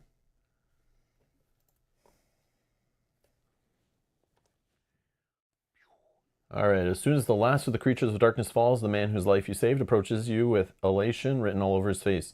On behalf of the stars, thank you. He thanks you breathlessly without looking away from his companions who lay on the floor. A terrible battle took place before your arrival. Damn it, another waste of lives for a proud man's whim. My name is Marcin, I'm not sure if I'm saying that right, Nowacki. By the way, the man continues, introducing himself and taking advantage of the calm moment to explain to you what is going on. At the dawn of this day, while he was on patrol, he was surprised by the black tendrils spreading across the walls like mold, having grown overnight. Fulfilling his duty of crypt warden, he deployed a team to investigate the extent of this phenomenon, as any officer would do in his place. However, His mistake was exactly what the darkness was waiting for, and as soon as the men came in numbers, they were attacked, dragged down, and taken by it, turning in creatures of darkness. From that point, following orders from Uthar himself, raid after raid, more and more soldiers failed to reclaim the area, and the situation got out of control. As succinctly as you can, you explain to the warden that a terrible artifact belonging to the undead king himself is kept in this place, and that it was certainly responsible for the attack. And you are here just to destroy it. However, knowing that the success of your mission isn't guaranteed, you instruct him to go back and plead with his superiors to the Amiria's army, even the king himself if need be, for a battalion to be sent here, because if you fail, the fate of this war will be at risk. You are so deadly serious that the man doesn't doubt you even for a second. Instead, he nods to you in confirmation, promising that he will do it before he leaves. He turns to you for a last time, asking if there's anything else he could do to help you on your fateful task. The special mechanic engulfing darkness, presented by door 1, is resolved. That was eating up tiles, right? Yeah. Good. Yeah, so tiles don't get destroyed anymore when they're full of darkness. Then remove the NPC token. Okay. And open the book of interactions to page 35. As a group, you and your partners, must choose one option and proceed to its resolution. In the case of a split decision, we'll have the chat break it. All right. Let's see here.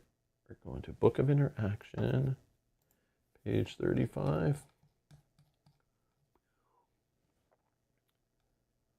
Page 35, yeah. So we can ask if he can dispose of himself. Ask if he can dispose himself of anything for you. Ask about the Queen Mother's tomb, or just thank him and insist that he goes as fast as effing possible. GTFO, bro. Go, go, go. Do you have a gut on what, like after just reading them all once? I don't know. I do, but I don't know. Go ahead. I don't know. My gut says 185. Okay, Ask 185. about the Queen Mother's tomb. Okay. And I hope this is not bad.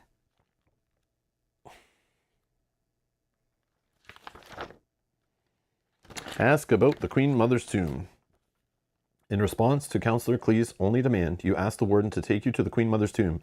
Even though you desecrate her grave to put a locket where her heart was, Nowaki doesn't question you, imagining it as part of your task. Making sure the stone coffin is properly closed again, the warden heads to the surface, leaving you to concentrate on the task at hand. The hero who has the lover's promised adventure item must discard it.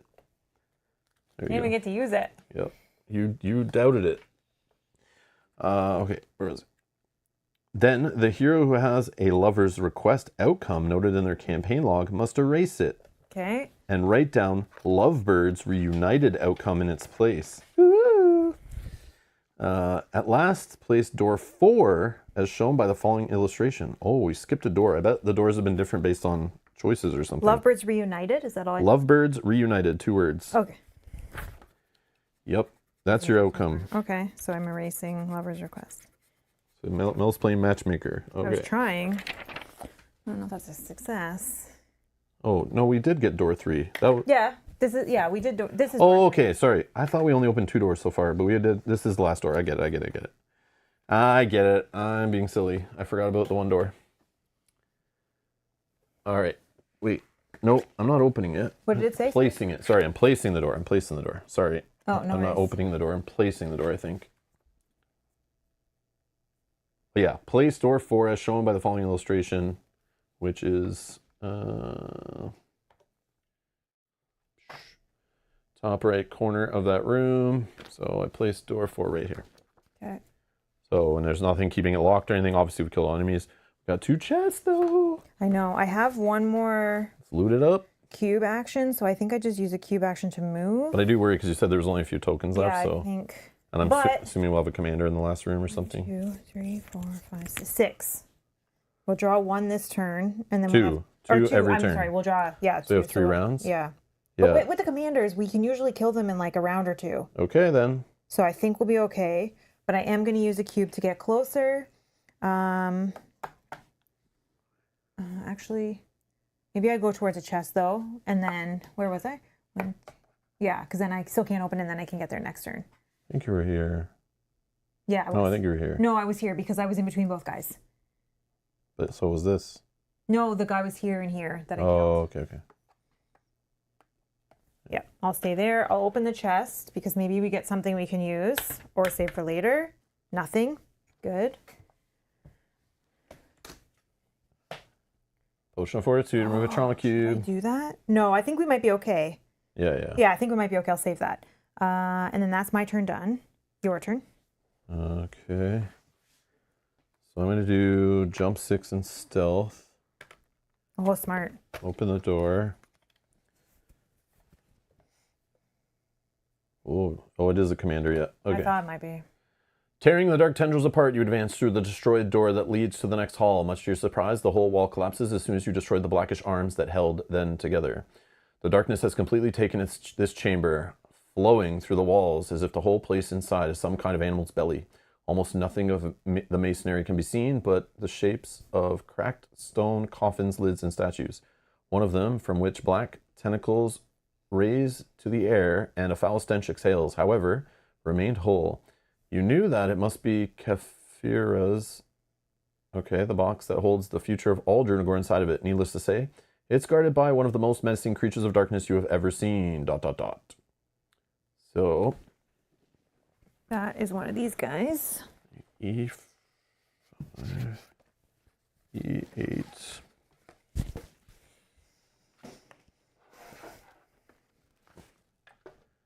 Okay.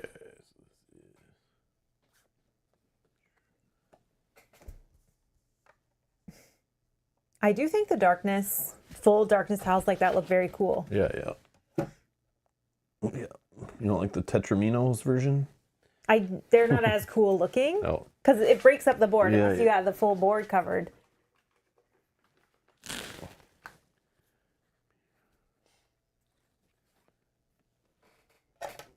Okay.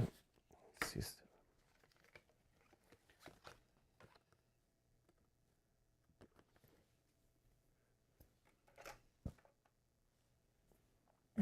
It's going here.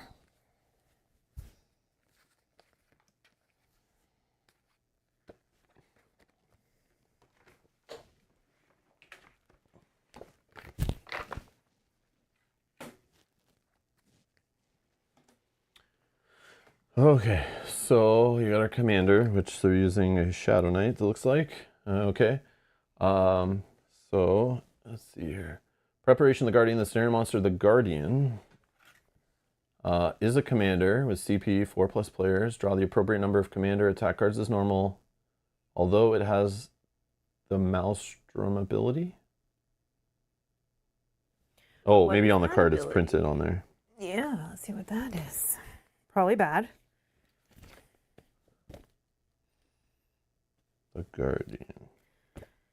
Maelstrom says, this is an ability given to overlords. At the beginning of its monster activation, an overlord must shuffle their attack cards back into the deck and draw a new hand, one per hero playing the adventure of cards.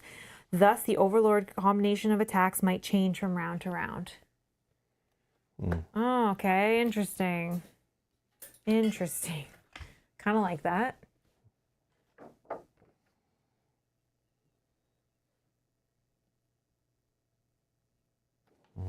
Okay. They'll just shuffle their deck.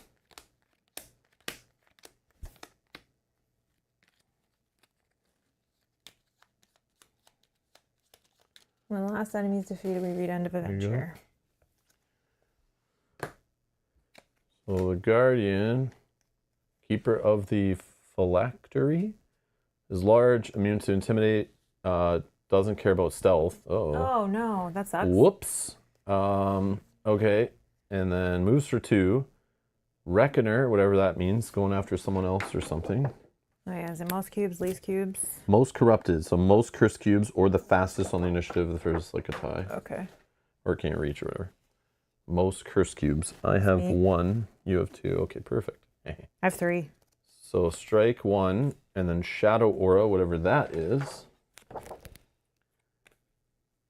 Shadow Aura, a small darkness tile is placed under target. Oh, okay. So you're Okay. spreading darkness. And then 10, and then R is 4 plus 2 is 6. So 60 health. Okay. Okay, we can do this. Let me get...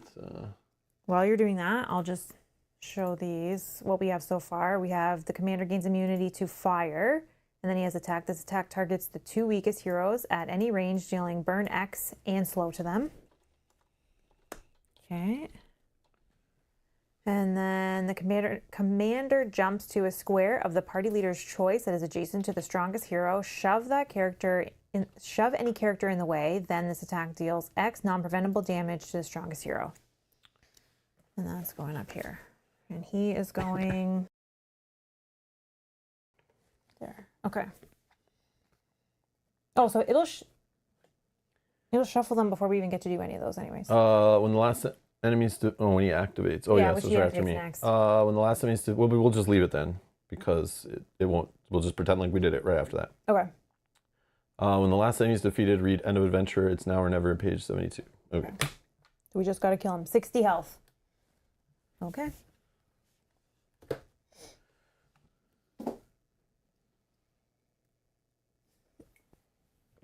He doesn't have shield or regen or anything, right? No. Okay. Not yet, but these cards could Oh yeah, true.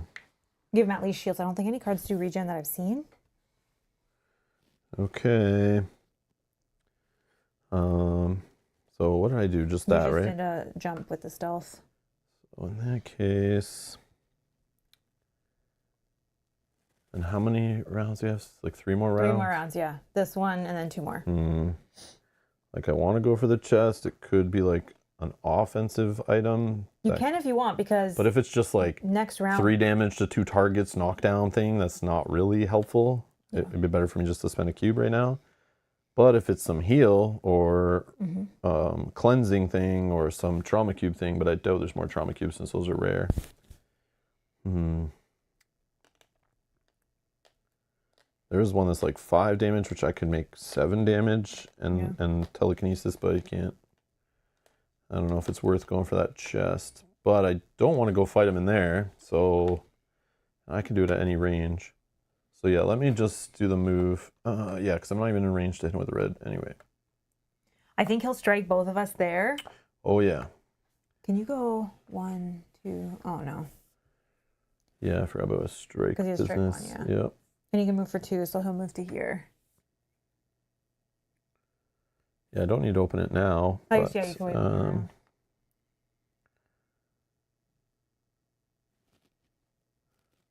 Oh yeah, but I'm striked. Oh yeah.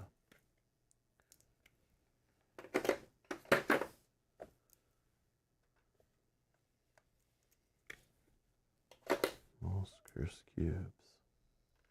That's me. Yep. All right, let's just hit him for 5 damage and push that does nothing.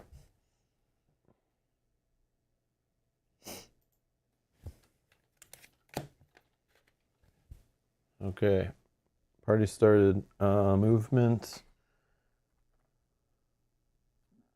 I'll just move to there. Okay. Okay, his turn. He's going to move for 2. Oh yeah, sorry. 2 less damage. 2 less. I forgot. Just remembered as I looked at it. Stealth is gone. Okay. He's going to move for 2. 1, 2. The Maelstrom, we're not going to worry about that right now. Reckoner was he puts a darkness under his... Nope, that's Shadow Aura after he's hit you, if he hits you. Oh yeah, he hits for 5. Oh, I can block that. Yeah, then you won't get the little darkness tile under you. That's only like after the fact. Yeah, I'll fully block it. I can move for 2. I'll just move to here. Because then maybe you can then go onto the chest tile and then we can do the whole strike thing. Okay. The commander jumps to a square of the party's leader's choice that is adjacent to the strongest hero. We can just say he jumps right there. Right? Shove any... Unless you want him to be like over here or here. Is it the rest of it? Shove any characters in the way. Then this attack deals X non-preventable damage. 5. 5 non-preventable. Which I can block 3 of it. Just trying to think. I mean, depends on where you want him to be. Like, do you want him to be here? So then you can be on this tile and you can hit him? Yeah, maybe. Okay, then he deals 5 damage. I'll block 3 and take 2. Okay, next. Okay, then drawing 2 runes. Okay. What's this other one do for now? Passive. The commander gains immunity to burn. Attack. This attack targets the 2 weakest heroes at any range, dealing burn X. Holy, burn 4 and slow to them. Okay. So I won't even get to move to that chest there. This is the first one. That's the first one. That's the second one. So I guess that can get me. Yeah. And then that's coming to you. No worries. Okay, my turn. He doesn't have a condition. I need to get off of the darkness, so we're going to move 1, 2, 3. Maybe that'll keep me away from the darkness as well. Then we are going to... We want to get a condition on him first, so we should probably attack with something else. Yeah, poison would be the best because it just keeps going round after round, never removes. So this is And he's immune to burn right now, so... 3, 6, 7. Plus 7 to the roll. Okay, 14. So that does 4 damage and poison 1. Okay, so now he has a condition. So my second attack will be with the double damage because he has an attack condition. Oh, it's a 1. I have plus 4 to the roll. 6 plus 4, because that at least hits, so that's 8 damage. Oh my god, that's actually not great. I know. Sorry. Yeah, the moral of today's story is just like bad dice rolling. It's like all day. That's him. Sucks. We had no like crazy 20s or 18s or whatever. At the right times. Okay, this is an attack. So burn 4 to each of us and with slow. Right? No, it's attack. The attack targets the 2 weakest heroes at range. Oh, yeah. Sorry. Burn 4 and slow. Sorry, I thought it was an attack. You read it. I read it. I know, but you read it again. Because it said attack, I thought there was an attack attached to it as well. And then if we got hit, we got the conditions. So that was my bad. Okay, your turn. All right. So burn 1, 2, 3, 4. Goes down. I may have to use that. We'll see. Try to save it as long as I can. Okay. Back to what it's doing. Okay. So I'll just move for 1. Slow is gone. Move the hair and do this blue cube. Not much. Not much. Yeah, maybe do this. Kind of lame. Yeah, so I'll heal you for 2, heal me for 3, and then remove these stacks of whatever. We both do, or just? Yes. Yeah, okay. If you've healed at least 2, you can remove 1 condition, the whole stack they have. Yeah. Okay, thank you. And then I recall, so I need some curse cubes. That means I'm now at risk of being his target.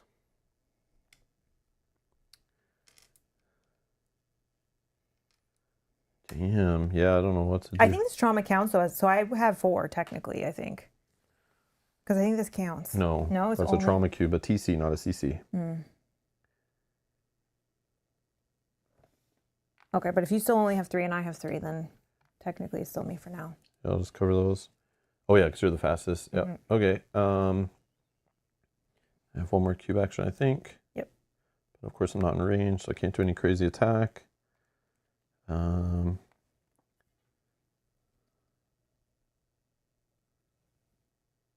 It doesn't care about stealth, yeah.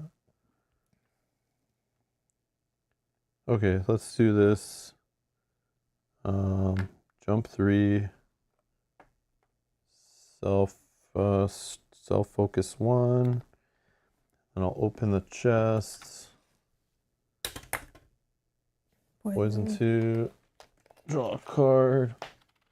Of course, the 1, 2 targets. I mean, it is 5 damage against him, which I can save for now.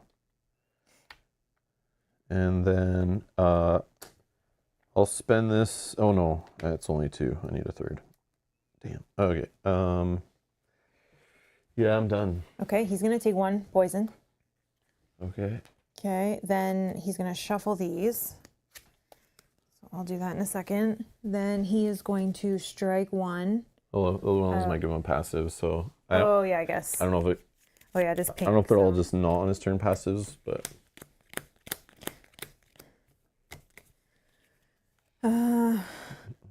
this attack targets the strongest hero that is adjacent to the commander, if any, dealing X damage to it. So that's not going to do anything yet. And shields.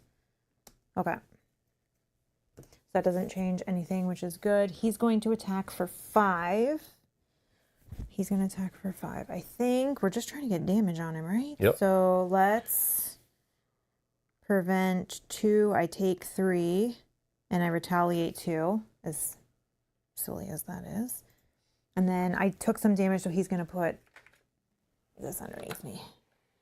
Okay. Then we're going to go here. Oh, this is bad. This attack targets the strongest hero that is adjacent to the commander of any, dealing it X damage and bleed X.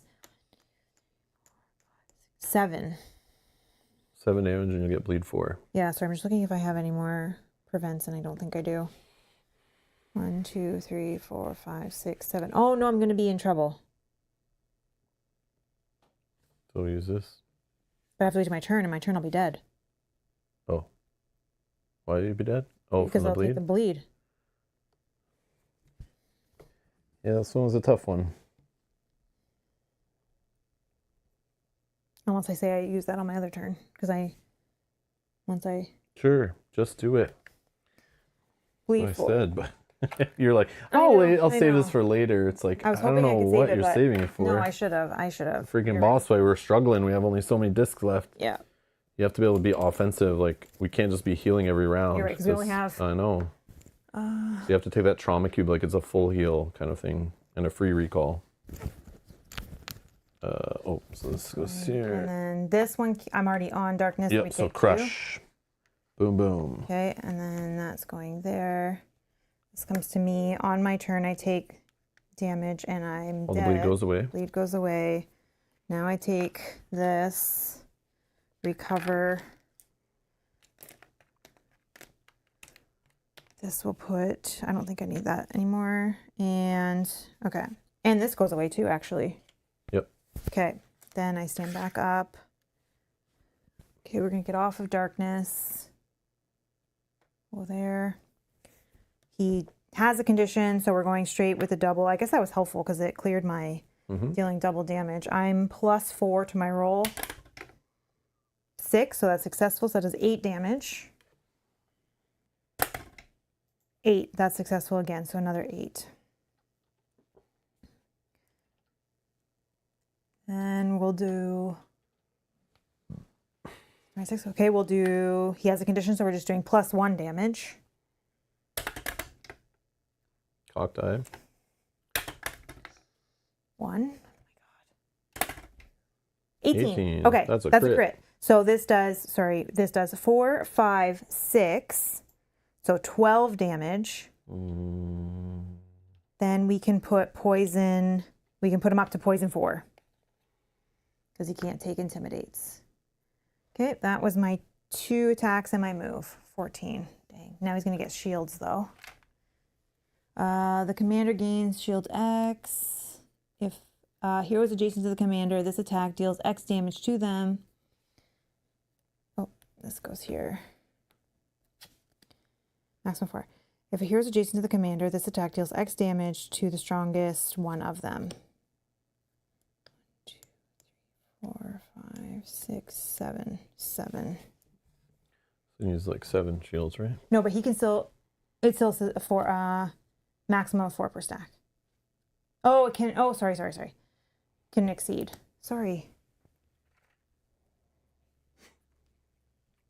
I just saw the 4 and I don't have to apologize. I'm just saying, like, RTFC, man. And then I just take 1 damage and I move for 2, so I'm not adjacent to him for this one. Move there. And then that one won't hit me. Okay, your turn. My turn. Poison 2. Okay. Now, there's no way to finish him. He's got 7. Yes, he's technically like sitting there at... But he has... He's like 21. I can't do 21 damage, so... He does have 4 poison. Yeah, That's that doesn't fit anything. Yeah. But that's still not enough with the turns we have left to kill him without damaging him ever again, so... No, but I guess just do as much as you can, because then I'll have... Yeah, but all I can do is probably just break some shields. And then does he not switch his cards? Not until I'll get to go first. Okay. That'll be the last round. Yeah, he'll switch his cards, because it'll be him after me, right? Oh, yeah, you're right. He's next.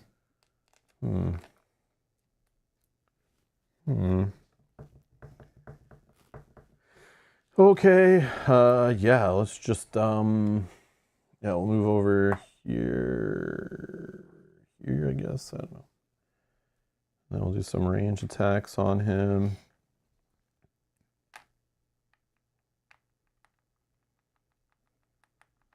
Yeah, let's just do 2 attacks. Maybe I can roll a crit today, we'll see.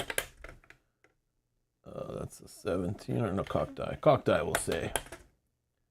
9. Okay, so that is 4 damage. 19, that is 6 twice, so 12 damage. Okay, I'm taking 3 shields. 3 away, so that leaves 9 left. So that will take him down to 5, right? 14 down to 5 with minus 9? Yep. Mike Sayer says, Rob, you should know by now, when Mel's in the zone, don't talk to her. What did I do? Listen, no, it's when Mel gets in the zone, she just skips lines on text all the time, like worse than I do sometimes. You know why? Because I just saw 4 per stack on here. So I know, but you skip lines and then it's like, I don't want to lose because of that, or win and then get a comment right after on the video once it becomes archived where someone's like, you guys didn't actually win. Yeah. Which I know we've already done 2 like rollbacks to correct mistakes, maybe 3 we've done now. So, but whatever. At this point, I just want to kind of finish it, see where the campaign goes. It's all good. But yeah. Can you do 5 damage? Actually, you only need to do 1. Because he has. Oh, yeah. So then I'll just do. Then if I need to do 4 sure damage, then let's do 5 damage to him. Oh, he's dead. Boom. Done. 5 automatic. All right, so he's dead. Boom. And then we read. What is it? End of adventure, now or never. Oh, right there. Fighting as well as ever, you honor the Hero of Darren title and bring down another formidable opponent. The creature screeches inhumanly as it collapses to the floor, crumbling into a pile of tar, rotten plates, and frayed bones, the foul matter that made up the bowels of the Shadow Knight. Without wasting any time, you advance to the sarcophagus from whence all the villainy that was pouring through this place comes. The tentacles even try to fight you, fulfilling the role of guardians of the jewel that rests in the maid's skeletal belly, but you cut them off easily. You aren't a victim anymore. Now you're the one that everyone else should be afraid of, the unbeatable champion. The darkness knows it, and so do you. Reaping the phylactery from its bed, you raise in front of it your eyes as if you were staring at a skull, evaluating what you should do next. A part of you wants to crack it right away, no second thoughts. Another, however, feels the power of the artifact holds and realizes that maybe you could restrain and control its magic the same way you did the Seed of Darkness. Not only defeat the enemy, but also break the cycle, preventing another undead king from ever raising again. Whatever will you do? You must do it now. You face a dilemma. As a group, you and your partners must choose the one option and proceed to the resolution. Break the phylactery or try to restrain the phylactery. I don't know. What do you want to do? I don't know. I feel like breaking it just gives us a little bonus and we don't get anything crazy. Try to restrain it means we're going to turn it into some weapon that hurts us while helping us. Yeah, do you think it's just like a skill test though? I don't know. What do you want to do? So you think trying to restrain is better? No. Okay, so let's do break it then. I think they're both the same. Okay. They'll just be balanced different. Break it. 189. I don't know. Break the phylactery. Sure of what you have to do, you don't hesitate to bow to the darkness, desires that sprout up from the core of your being. Clenching the jewel in your hands, it cracks as if it was made of sugar, making you feel powerful as ever. A moment later, a deafening scream of denial echoes through the room as a cloud of black smoke explodes out of the phylactery shards, covering the room completely. The time for the final battle has arrived, and you are more than ready for it. The party leader gains focus to... Wait. Okay. Why are we getting... I don't know. Okay. Maybe it carries over. And writes down the Relic Breaker outcome on their campaign log. Relic Breaker. Additionally, if any hero has the Adamant outcome... No, I don't. Adamant? Oh, you had something, didn't you? Oh. No, I have nothing. Okay. Okay. Note in their campaign log, the party leader writes down inspiring leadership. Aura, no. So I'll skip all reading that. Then read after the adventure, breaking the deal on page 72. That's it. Okay, I hope I get to keep that focus. Why are you giving me a focus here? It may be a fruit of your tired mind, but as the black gale expands around you and begins to take on a new form, one you've already well known, you think you hear a subtle thanksgiving reaching your ears. The weirdness was brief, however. No, this cannot be. The undead king's husky, cadaverous voice echoes. This time, he isn't a haunt, not at all. This time, he is here before your eyes, more and more real as the clouds form his body. How did they find it, he asks himself. Imagine his jewel was forever protected by the fact that his mother was a nobody. Even though the villain's gaunt face conceals most of his feelings, by the way his eyes are almost jutting out of their sockets, you know you hit him hard where it hurts most. He can't believe this is happening, not only because you managed to do what he thought was impossible, but most of all because it was you. Oh yes, the life he vainly spared a few months ago, thinking that his plan was completely fail-proof, a mistake so common to such brilliant minds. Fate should never be underestimated. This is unbelievable. This is an outrage. All of mortals, how could it have been you? Who are you after all? He continues, bereft of reality. He failed and he knows it. He made a wrong move in his flawless scheme, and because of it, he is frail again. Now, just like us all, there is something that the almighty undead king is powerless against and most afraid of, something that he bragged to be the master of, only to be betrayed by it. I should have killed you when I had the chance, but it matters not. He thunders again. The regret is disguised in his words. After I'll finish you, I'll build my heart again, carving it out of your blood and bones. But this is a minor setback, one that I'll deal with once and for all. He tries as hard as he can, but at this point, you no longer fear him. Skip the chapter 17, The Fallen Hero, and proceed straight to chapter 18, The End Game. Oh, it's it.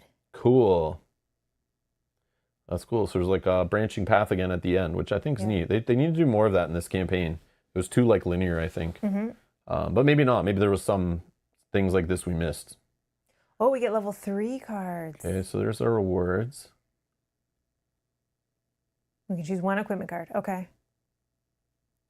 But where does it talk about going to the camp phase like usual? Well, I think we read end of event this, no? No, it just tells us. So this is weird because it's now telling us just skip and proceed straight to endgame 18. So do we skip everything after this? I think we still would get a reward. I don't know, because normally it tells us now proceed to the camp phase. Yeah, I don't know.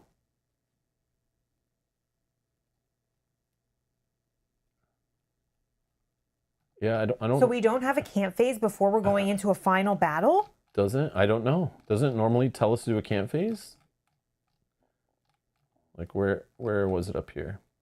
Yes, it does. Yeah, right here. Your adventure ends here. You may proceed to the camp phase. It always tells us where our adventure ends, right? Oh my God, this is terrible. Right? Yeah. But I'm still taking that reward. And that's why it gave you focus too. Oh my God. I'm still taking that reward though. Why? Because I feel you only get it in the camp phase. Well, why is it showing maybe right hold there? on. Maybe there's FAQ. Oh. Oops. Probably not though, but we can only chapter 17 there's stuff. Special event 68, no. That's not a resolution.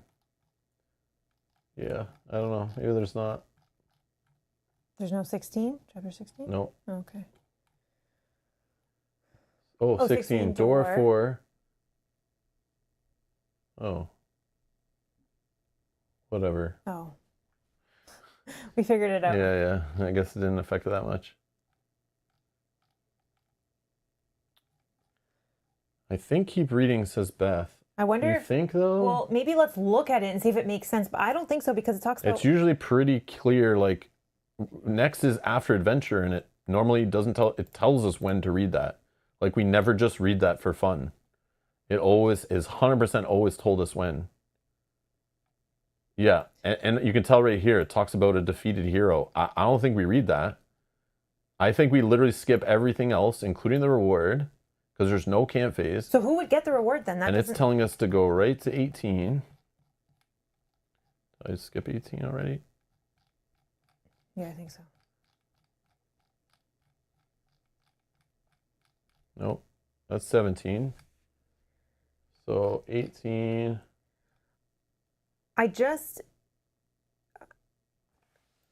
don't know. There's no. I understand what you're saying. I understand what you're saying. But can you look at the resolution of this one here quickly to see if that one gets a reward? Because, like, who is getting that reward? This, because that's a failure. So I think that reward is still ours. But that's in the camp phase. You don't take rewards just generally. You always take them in the camp phase. But we have, when we played the sequential ones, it did give a reward in the middle. Yeah, you're right. But it usually tells us. Okay, well, I don't know. I'm going to scrub to chapter 18 and just see what it says, and then I'm going to Google on BGG to find out if I'm the only crazy one who thinks that, like, we might do it wrong if we... Okay, I've never played a game where it sends you into, like, the final boss fight, like Wounded, right? Have we? I don't know. This game's done stuff like that, though. That's what the sequential chapters are like. But this one didn't tell us this was sequential. Yeah, so I wasn't playing it like that. Like, I wasn't removing cubes. I'm reading here. Yeah, it's literally playing on this exact same tile. Yeah, it's literally on this room. Like, it's showing this in the picture.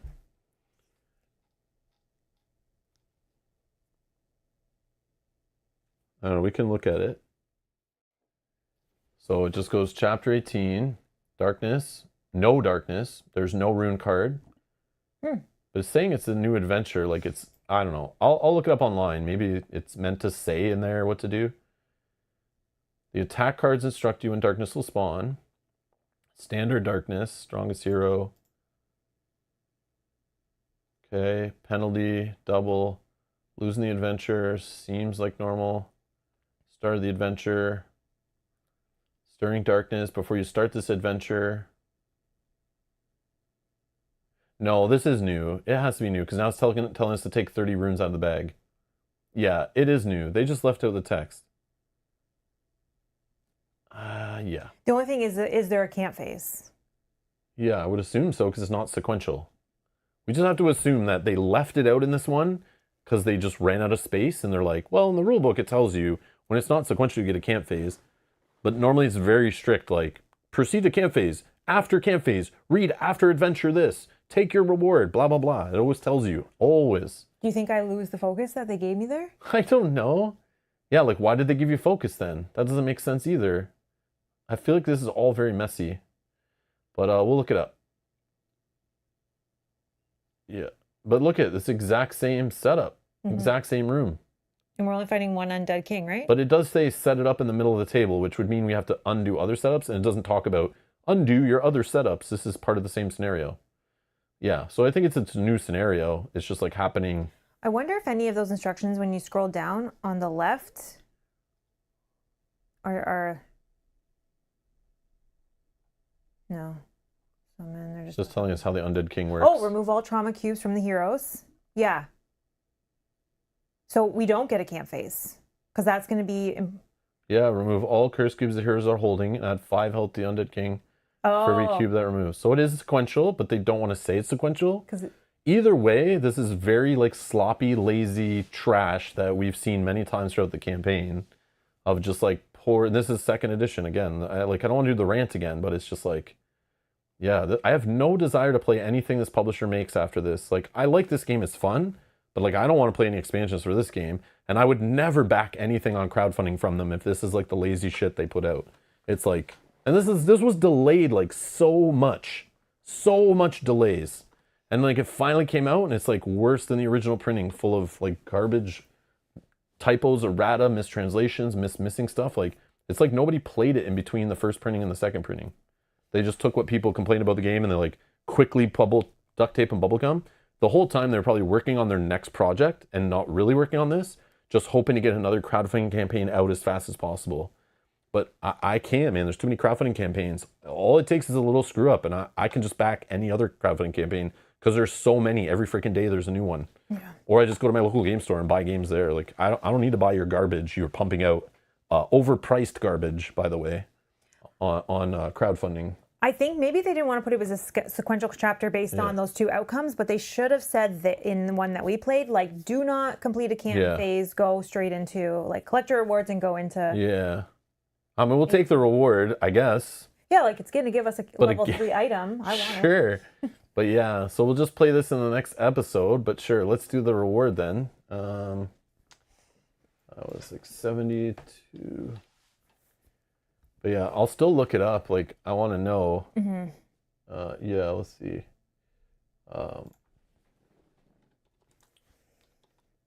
Chronicles of Drunagor chapter.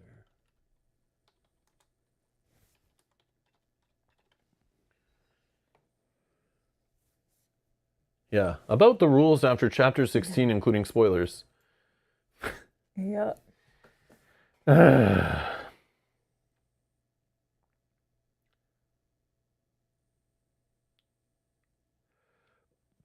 After completing chapter 16, there are 2 branches, directly going from 16 to 18 or going from 16 to 17, and then to 18. However, is there a camp phase before entering chapter 18? There is no explanation of whether to enter the camp in the rulebook, but according to the setup instructions for chapter 18, 30 runes will need to be taken out for the setup. Therefore, I think there should be a camp phase here. Otherwise, there wouldn't be so many runes in the bag. At the end of chapter 16, the branch requires selecting new heroes, the team's corrupted hero. Oh, that's if we went the other way. And all their... Oh, okay. And that's it. I get it. If you try to contain the corruption thing. Yeah. Yeah, I remember those corrupted hero cards. Could you imagine selecting new heroes? On the back of our cards are corrupted hero cards. Oh. Yeah, I remember that when setting up the game, I was like, what side do I use? So like, you're an enemy. Oh, that's funny. Yeah. And you did say that it would hurt us. I know. Why did we pick that? Jeez. Wow. Okay. Okay, that's fine. Might have been the cooler option, though. And all their skills, equipment, and recording. Chapter 17, only reluctant heroes actually used. And only heroes' character cards are used. So what is the purpose of recording the other heroes in the team? Holy man. I'm glad we didn't get the other option because it sounds like there's even more confusion there. Yeah. In reference to your first question, I wrote on the official Discord and got this response. If there is no camp phase, during the setup of Chapter 18, you must remove your trauma and curse cubes at the cost of extra health for the Undead King. Status effects you keep, focus, poison, etc. Your health does not reset. Runes are set up with 2 of each color on the track and 4 piles of 6 runes on the side of the board to be replaced with exclamation token during the fight. The other runes go in the bag to be drawn when an Undead King card tells you. Thank you for your information. Seems reasonable. The previous chapter transitions in the rulebook were explained quite clearly. Don't know why the final one was not. Yeah. Because they are lazy and they only play test the early parts of the game. And it's genius if you think about it. Just imagine you're like making a Kickstarter and you're trying to get people's money up front. What is anyone ever going to play and see? Scenario 1. You send your prototype to any content creator. Do you think any of them are going to play to like chapter 2? Chapter 4, chapter 5? No. They're only ever going to play chapter 1, maybe 2. Mm-hmm. And even reviewers of this game are going to only play chapter 1, maybe 2. They'll probably even just watch a playthrough online and go and pretend they played it and make a review about it, right? That happens all the time. Yeah. So you only play test that first chapter and make it really rock solid, make sure it works great. Obviously, they didn't even play test the rulebook because it's full of problems, and that tutorial guide's full of problems too on the errata. But you only... Like, you can tell they cut corners because the first one maybe was fine. I don't remember how many problems we had with the first scenario. But you just make sure that works and it shows off stuff for your game and you send it out there. Do you really care about spending the extra time and money and effort to work on chapters 16, 17, and 18 when the majority of players don't even take the shrink off the game in the first place? or never get through painting their miniatures. And definitely the only people you care about are the ones playing your prototypes or playing your game on the internet. And most, like 99.9% of those people will never play past chapter 1 or 2. So you never have to worry. Like, who cares if the later half of the game sucks, is boring, full of issues, errata, quality control issues? Like, who cares? We get their money the first time. We get them on a mailing list. Then we harass them with emails constantly about our new projects. Then they never play more than the chapter 1 or 2 of that one. And it just we'll be rich by the end, guys. And we never have to put the full work in. Like, and that's why I love playing these full campaign games, because you can see some games where they played it the whole way through and they actually put the full work in. And when they delay the project, they delay it because they're actually testing the whole thing and making sure it all feels good and works good. But too many campaign games out there, you can tell they really just make the first like quarter of it as best as they can and as entertaining as they can, because they know reviewers aren't going to play the whole game. And they know you're not going to buy their game after you watch the whole game played. Nobody ever does. But the beauty I get is I play through these games, or I play them till they start to suck, or I realize they got lazy and it sucks. And then I just put that publisher on a blacklist, and I'm just like, I don't need to play your garbage anymore. As a consumer, I'm not going to fall for your tricks. Like, I realize you're just a scumbag trying to make money, and you wasted everyone's time and took everyone's money, and you delivered this. Like, obviously you cut corners, and there was decisions to be made where it was like, should we playtest this last one and proofread a little more? Nah, who cares? Just send it to the printers. Like, we'll ship it out. Let's just get our next Kickstarter ready. Like, that's what happens in this industry, and it's disgusting. So if they also got an official Discord response, why was it not updated in FAQ exactly. at the same time? Exactly. And it doesn't get put in the errata. They just don't. It's that whole thing like CMON, and look where they are now. I'm so glad they're falling apart. They deserve it so much, because it was my problem I ranted about like 10 years ago was I noticed in this industry, it happens a lot. It happens in the video games sometimes too, where a publisher will just dump a product out there, not finished, not care. And once you buy it, you're like, yeah, this was awesome. They were fully in communication with me. They were hyping me up. I felt so good buying their product. And as soon as your product arrives and you boot up the video game or the board game or whatever, and you're going to play it, all of a sudden the publisher does not care about that game anymore. They don't hype it up. They don't talk about it. They don't answer emails about it. They don't answer questions. They don't even say the name of it anymore, because they put it out there. They made their money. They're done their work. They're on to the next project, and they just want your new money. They don't care if you play the other one. So it's like, when there's publishers who make crowdfunding campaigns right after people are still getting their copies of the first game, that's super red flag. Like a super red flag. Like they're like, oh, but we need something new to work on, so we need your money now. It's like, but didn't you make profit off the last campaign to fund the creation of your next thing? That's how the free market in business works. Like, how is what you're doing not like criminal? Like it's silly. So it's like, it's sickening. It's so sickening. I'm like tired of it. And this just puts that nail in the coffin of like, this is exactly, these guys are literally, I have CMON at home. Like, look at me, I can do what CMON does. And they're doing the exact same thing. They're just pumping out big boxes full of miniatures and then moving on to the next project. And like, this is their second edition. Like, this is disgusting. I think it's so full of like, yeah, so unprofessional. Yeah, so bad. But the game in general is like got some fun stuff to it. But like, again, when you're a consumer and you have lots of options, it's so easy to take the littlest negative and just lessen your options and make your money, your wallet vote other places. And that's what I'll continue to do as a consumer.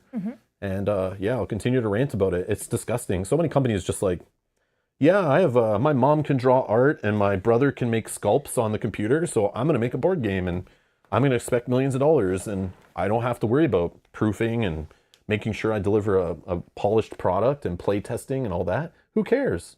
I got your money already. Bah! Yes, Mike says, could this be the rant that breaks Rob? Yes, pretty much. Are we going to play the final chapter? Yeah, sure. We're here already. Why not? It's not like I'm not having fun playing during the scenario. Yeah, I wasn't sure. It's just like the setup full of problems. Every time we have to read a door card, I'm like, ooh, is this broken? Is there something going to be on this broken? Every time I have to go to a reaction in the rule book, every time I have to look at an interaction in the interaction book or whatever that's called. Yeah, interaction book. I'm always worried, like, are we going to pick something wrong that breaks the game? Like, how many times did I read the wrong thing, or the failure was with the positive outcome was flipped, or the number was wrong, or the door was wrong, or the tile was wrong, or it's like, that's why I don't care about the rolling back and when we get killed in the game and we're like, let's just pretend we did this. because I'm taking the same attitude that the people who worked on and playtested this game took. Yeah. They went, should we print this and put it in a box and send it to somebody who gave us hundreds of dollars? And they went, yeah, it's fine. Who cares about fixing it? Who cares about one more pass through the rulebook? Who cares about getting together this weekend and playtesting the final scenario to make sure the rules are correct? Who cares? How about paying the translation guy to just make sure he's doing his job right? Who cares? Like, they don't care. They don't give a shit, so I don't give a shit. So it's like, whatever, I'll play it, but like, man, I don't want anyone to buy this game. I like, unless it looks so fun to you and you're okay with the issues, but like, I would never back any of their future projects. And don't ever come to me asking me to play another game from this publisher, because I will not.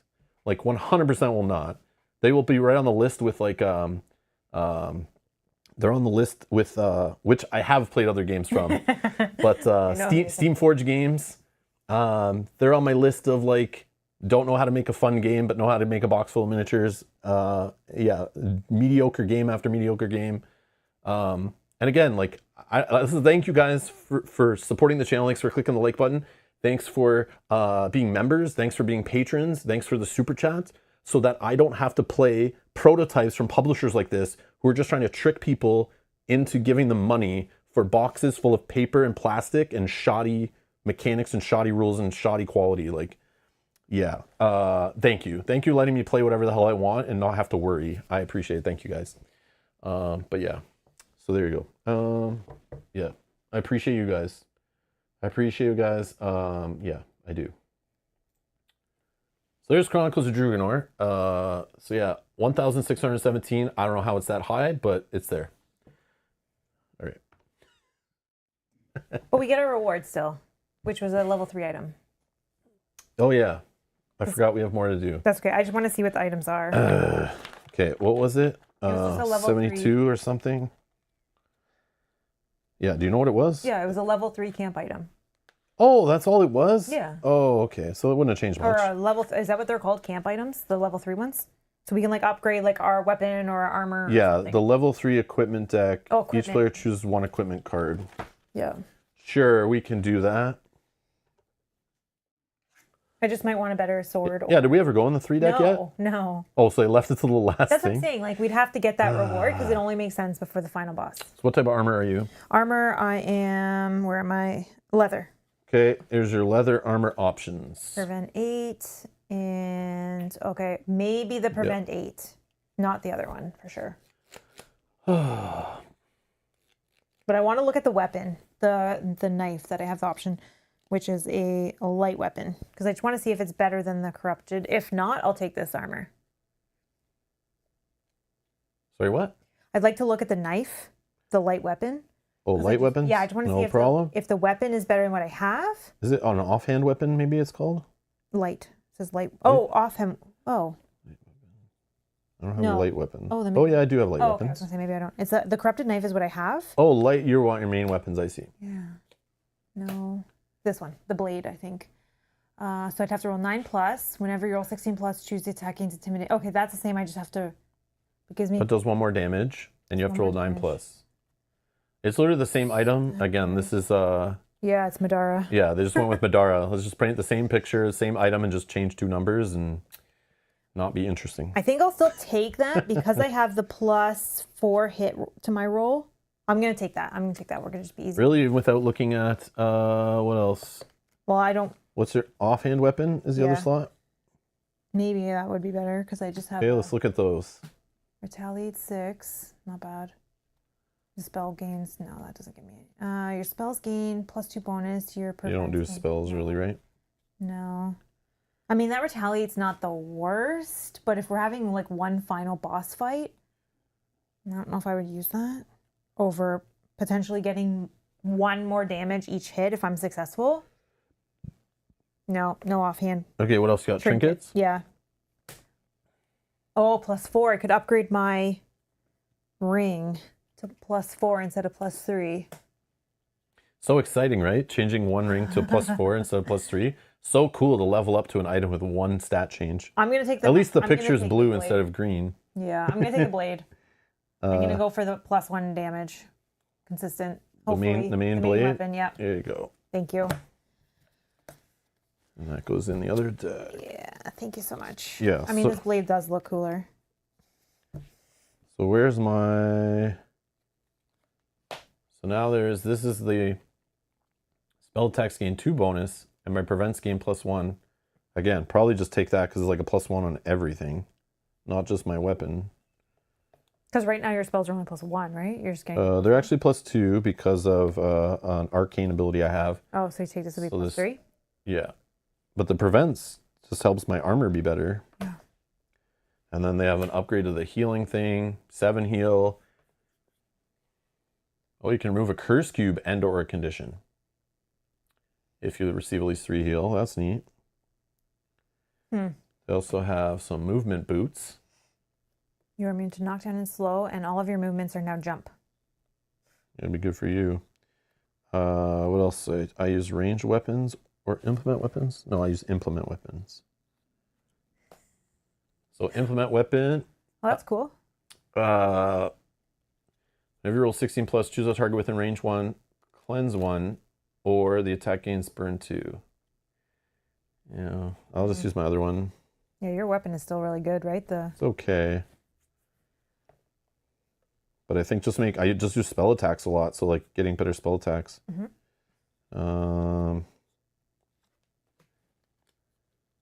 Implement weapon 11 plus. You can make only a single. Yeah, I'm not a fan. I don't like those not ones. for my class, I don't think.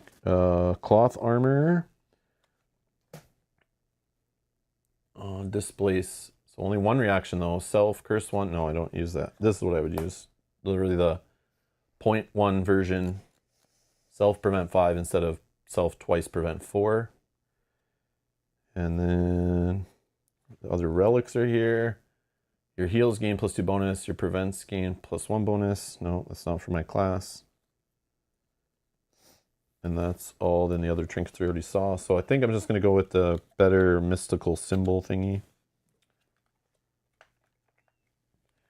which looks exactly the same. All right, my spell attacks gain +2 bonus, and my prevents gain +1. So now my armor is like a prevent 5 anyway. And boom, done. Okay. So we'll schedule the next stream in a couple days. We'll play the same scenario. I'll clean up this. I'll leave this, and we'll set it all up. And then we'll leave this as is. We were going to play another game, but I think we'll play this since we have only one more showdown. Yep. And if we do it on like Saturday, if we do have to replay it because we like failed it, we can do that. And but we'll see if we even want to.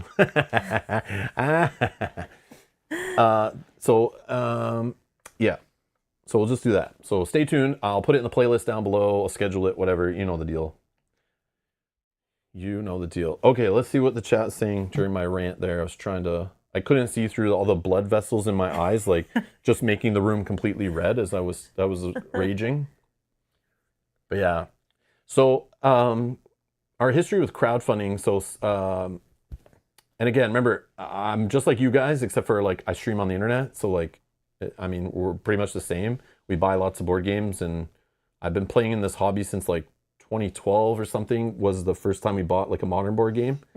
And I hadn't played board games for years and years, decades. Hadn't played board games. And I got into them in like 2012 through Fantasy Flight Games.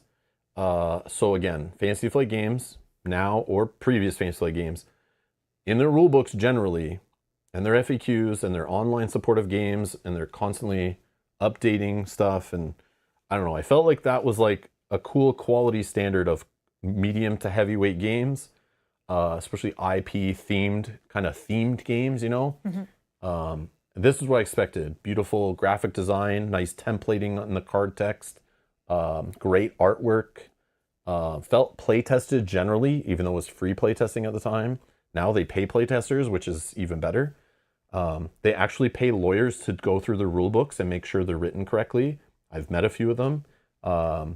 I've actually, one guy who goes through rule books local to us is basically like a scientist, right? He's like a doctor slash scientist who used to be paid like just as a contractor to proofread all their products and equipment, or not equipment, their expansions, I should say, and rule books for games. Like they reach outside the company if they need to get a second set of eyes to proofread stuff before they print it, which I always thought was like, wow, the quality here is so cool coming from video games.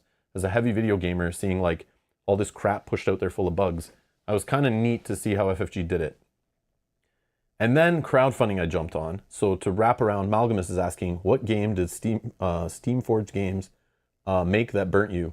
So at the time, I remember working in the office that day, and a couple of friends that we played board games with were just looking at crowdfunding campaigns. I already backed a few games from small people, little projects, some that completely failed, they went out of business, I didn't get anything.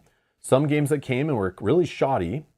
And I already had this expectation when you back something on crowdfunding, if it's from a small publisher or somebody you've never heard of, you might never get it. It might come and be very jank. You're basically funding two dudes in a garage like Microsoft back in the day, or Apple Computer in the 80s. That's what I felt like I was funding. It could be the next big publisher, or it could be just a mom and a son making a board game, and that's cute, guys. It looks like my daughter made it in a school project. And that would happen sometimes. And I would expect that because the price I was paying was less than when the game came out at retail. So this was my expectation. But that day in the office, I was about to back a big game, in my opinion. I wanted something big and meaty. And at the time, Gloomhaven was on crowdfunding for the very first time. And no one ever heard of it. And I was looking at that crowdfunding page. And I was like, whoa, this is expensive. This is a big box. This is insane.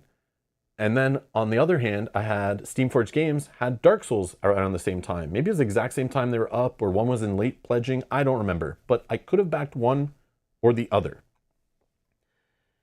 And I was a heavy video gamer. The two dudes sitting across over my shoulder who want to play board games with me are also heavy video gamers.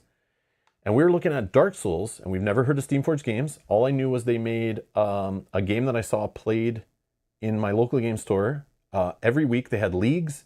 I think they still do it.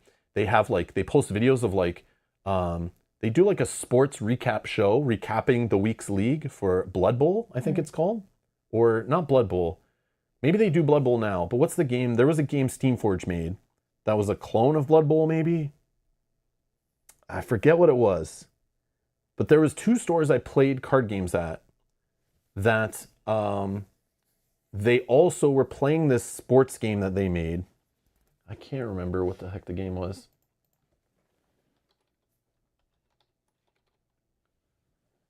Forged.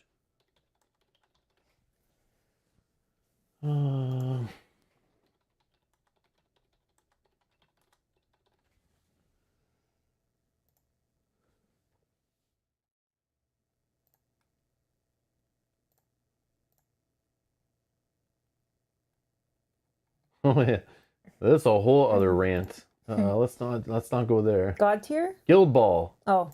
So, Steamforged Games, they wanted to clone what I think who is it? I can't remember, the Warhammer guys. Games Workshop. I think they do Blood Bowl, right?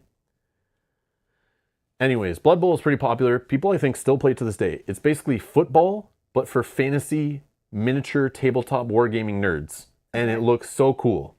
Okay? Okay. Although I'm not really into sports anymore, and I know playing sports with fantasy orcs and stuff, it sounds fun, but wacky, and I think it's cool that people play it. But some people take it real serious. Anyways, these guys came out with their own version. Basically, Steamforged is located in the UK, where Games Workshop is. And Steamforged is basically how I look at them as a publisher who said, they saw what CMON was doing with Zombicide, and they said, hey, we want to do that. We want to be like Games Workshop, who's also in the UK and very popular and has stores pop up everywhere, and they're very, very popular. Been played for people's whole lives, man. Games Workshop's been around for a long time, right? So I look at Steamforged as basically Wish.com version of Games Workshop. And I was okay with that, as long as they made decent stuff. But they got the Dark Souls license. And I remember doing the research going, oh, they made Guild Ball. I know people that I literally play Warhammer card games with, or Game of Thrones card games with, who play Guild Ball. And they told me it was actually really good. Just the publisher was having trouble getting product to people, and OP support and stuff. I heard that from some store owners that but I was they're young, they're new, they're figuring it out, it's fine. As long as the game's good, I should be fine backing a game like Dark Souls that I watched playthroughs of boss fights from Gen Con showing it off. And the boss fight looked cool AF. And now we have boss battlers coming out everywhere. But they were showing off boss battles, and I thought that looked so cool. And it was explained that it was going to be a dungeon crawler, which I already loved. And it had the Dark Souls IP, which I was loving. Yeah. But that game, anyone who doesn't know, they just took people's money, and then delay after delay, they took way more money and made way too much product, not really realizing that working with an IP holder, of an intellectual property holder, and having to get everything approved. So I don't know if they were just making expansions hoping they would get approved. And then when they went to the, the publisher of the actual video game and they're like, yeah, we're making this expansion, they have to wait for everyone to approve all their sculpts, all their art, all the abilities to make sure it fits the world. And that just delayed the product, delayed it for so many years. They got the core set out pretty quick, which was nice. So that obviously was already approved and everything. So that was nice. We got the core set. Yeah, we got the core We set. played it on the channel at the time. I liked it. I really liked it. The people I played it with in person liked it. Yeah, it was fun. It was fine. It was fine. Not amazing. It wasn't as cool as they made it seem. No. But it was fine, and I love Dark Souls. Just like when I play anything Lord of the Rings, it could be a mediocre game, but because it has Lord of the Rings on it, it's my fault. I look through rose-colored glasses, and I instantly have more fun because I can attach myself to the theme, and I can make away with all the bad stuff in the game, And it felt thematic. Like Yes. when we were playing it. Yes. Yeah. But it had problems. So then the fans came out and made a whole new fan-made rule set and fixed the game and made it way better. So you could go online and print out these rules, print out components, and make the game better, and the fans fixed it. But I still spent hundreds of dollars, and I'm now having to also pay to get stuff printed out and learn new rules. And We I were was also waiting at that time for more to come. yeah, there was tons of stuff I backed that I was waiting to come. They only And sent then they opened up the pledge manager again. They're like, guys, give us more money. And everyone only played the core set and was like, it's okay. And the fans are fixing the rules. I even added a couple more expansions on. I was so dumb. I was like, well, they got us the core set pretty fast. Yeah. And it was okay. And the people I'm playing with love it. So when I'm playing a game with players in person that love it, even if I don't think it's great, I will play it again. I will buy more for it because I'm just happy to have people playing at a table with me and having a good time gaming. Like, I love it. I bought so many games I hate on my shelves because people I know will play them and have a good time. And I just suck it up and do it. Because I rope them into the hobby, grow the hobby, and then I just have more people play with it. It's just fun. So the expansion stuff took so long to come out for Dark Souls, and it was mediocre, and it didn't really blow me away. And it was okay, it was fun, but it was like not worth the money, not worth the wait. They ignored their customers a lot on crowdfunding. People were complaining, where's my stuff, where's my stuff? And they were just ignoring people, coming out with new products, asking people to back other things. Yeah, it was bad. And I was like, well, this is not how you run a business. And I thought I was a little crazy. I was like, man, this is pretty bad. But then when I went online and people are like recreating their own new rule sets and people are boycotting them and asking for refunds, I was like, okay, I'm not the only one who got burned by this. The good thing, Gloomhaven came out and people liked it, so I got to hear actual feedback from it. I still was able to back it on the second campaign when it was actually made better. Still, it had a 75-page errata, but they still did make things better. They fixed the dials, they made some rules balance stuff. So technically I got the better version at the time. And not like I missed out on anything. I was still having fun playing it. And that's when I learned I don't need to have the game on the first print run. I'd probably benefit better on the next print run. But this publisher of the game we're playing today, somehow I don't know if that's accurate. Because we did the same thing, right? We waited. Yeah, I waited. We didn't buy it on the first Kickstarter. I waited till people said the game was okay and looked cool and people were recommending it to us. And then I looked it up and I said, yeah, we can just back the core set. It's not that bad. But yeah, I thought for sure we're buying the second print run, so it's definitely going to be a pretty solid game. They didn't really change it that much. But yeah, it's just to see all the errata and the problems. It's kind of disheartening. So at that time, there wasn't that many board game crowdfunding projects on Kickstarter. But now we literally have like 17 crowdfunding websites of board game projects. So like every day there's like 27 games you can choose from that are either currently running or in late pledge or reopen their pledge manager or whatever, or pre-order this or grab it at a convention this or finally a crowdfunding game that arrived in retail so you can even buy it then. There is so many options that is so easy when a publisher like Whatever these guys' I don't names even know are. who I makes know this game. because I don't care to remember. It's like I don't need to know, but I should know so I don't accidentally back anything. Creative Games Studio, CGS. Yeah, I just know that like, yeah, maybe in the future, 5 years from now, they'll release a product and people are like, Rob, they actually learned from people's feedback and they actually did good this time. You know, they paid playtesters, they played proofreaders, they actually translated it correctly and all that stuff and made a quality product. Like they could have made this like 10 scenarios and just make them more rock solid. That would have been nicer. It doesn't need to be 18. But yeah, I can only imagine if we bought some of the expansions or got some of the expansions and mixed those in between where we're playing some of those side quest scenarios. And if those had issues with them, and I'm now extending my game with, and again, I don't know if the money versus playtime is there, the value's there, I don't know. But if we put that in and made it even longer, I don't know if I would have even finished the game, to be honest. But yeah. To be honest, when we read the final thing there, I thought we weren't even going to play it. Because I was like, oh, I could see that your blood was boiling as you're like, I'm not really even sure what we're supposed to do. I do want to see the ending. We're there. It's just one more session. Yeah. It's fine. I want to try it so I can say I finished it, I played it, and like, I'm probably one of the only people, only content creators on the internet that can actually talk about this game having played it. Right. More than a scenario or more than a prototype, you know, that was sculpted to be played by a content creator. So yeah, it's just another one to build my education of board gaming, of dungeon crawlers, of different publishers, so that I as a consumer can make better decisions going forward. It's fine.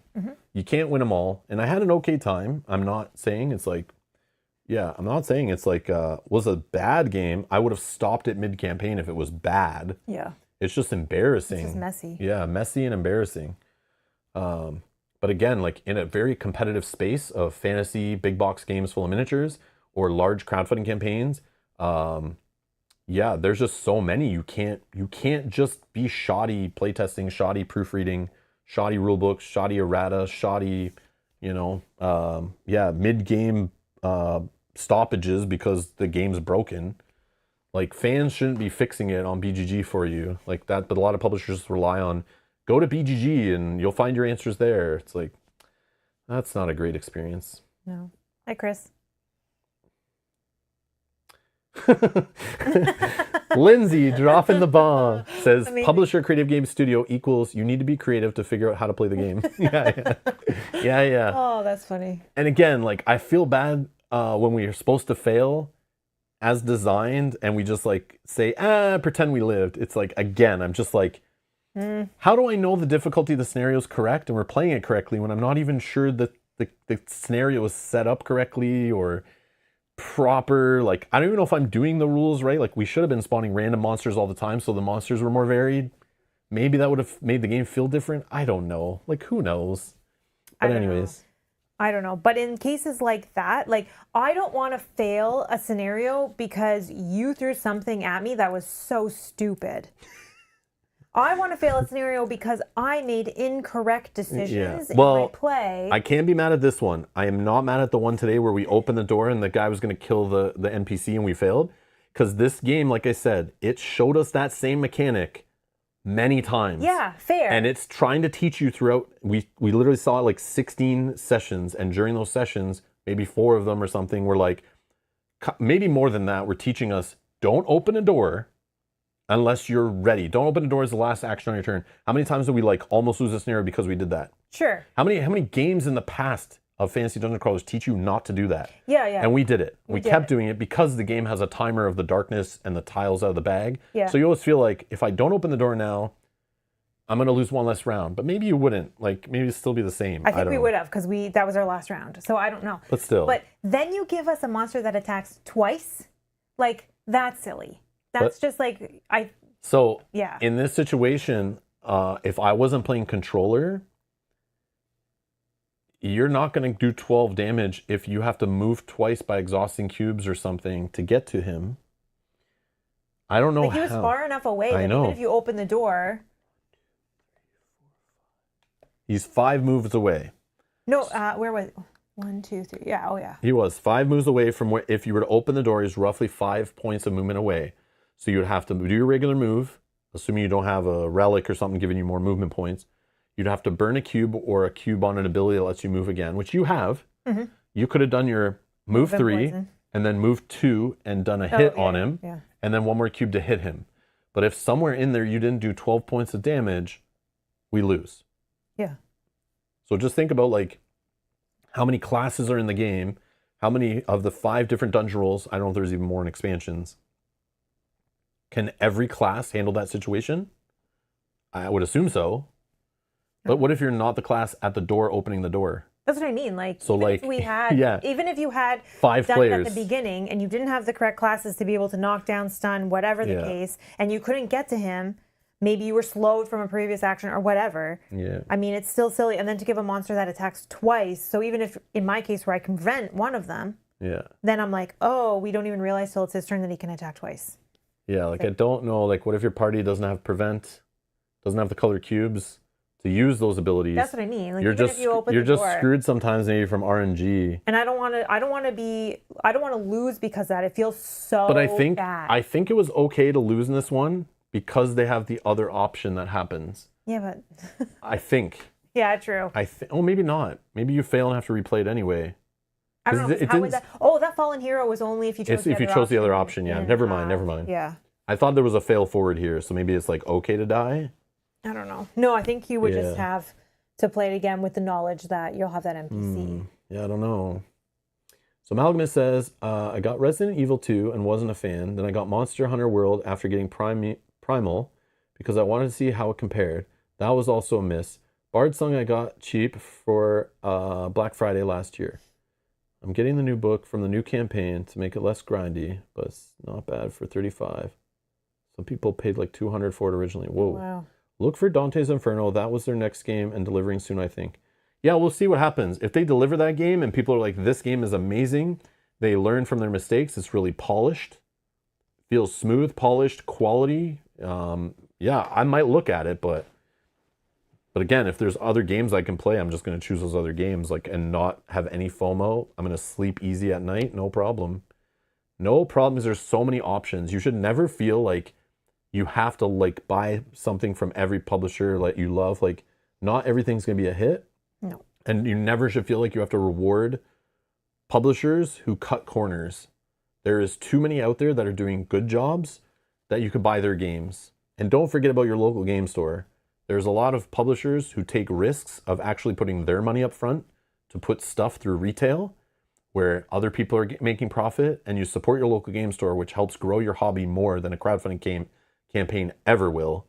So yeah, don't forget you can go to your local game store and find games just like this there also, because there are some games that do get crowdfunded that then eventually get produced for retail to go through retail. And there you can support your local game store and also support the publisher. And also you can have that extra filtering of the local game store plus the distributor, of filtering out games that are trash, because they won't back and buy games that they know people don't want usually. A lot of publishers and distributors not publishers, store owners should, and distributors go to these conventions to see some of these games up front, and they know how the publisher's track records usually are. They know what publishers are producing, and then that can also be an extra barrier of filtering out the garbage and not just putting it in front of you. And then that reduces your risk on you spending your dollar too, right? So it's like, yeah, I'm just a huge fan of the local game store for that reason. Yeah, you might pay a little more, but usually you'll pay less than on crowdfunding. Mm-hmm. And you support so many people in the industry and like help vote with your wallet to the publishers who are actually producing quality stuff and not those cutting corners. Because like you don't have to worry about keeping those people in business, and like people have families and food to buy to feed their children and all that stuff. I always hear like, Rob, you say these things, these people have families and stuff. It's like, okay, so you're okay if we keep employed an air traffic controller who doesn't do their job well and cuts corners? Because they have a family? Because they have a family and children to feed? No, you wouldn't do that. You don't want to like support a police officer who does bad things and, you know, shady stuff. Or for example, you wouldn't want them to have a job there because they have a family to feed, You don't want a doctor that... You don't want a doctor who cuts corners and is shady, a surgeon. Yep.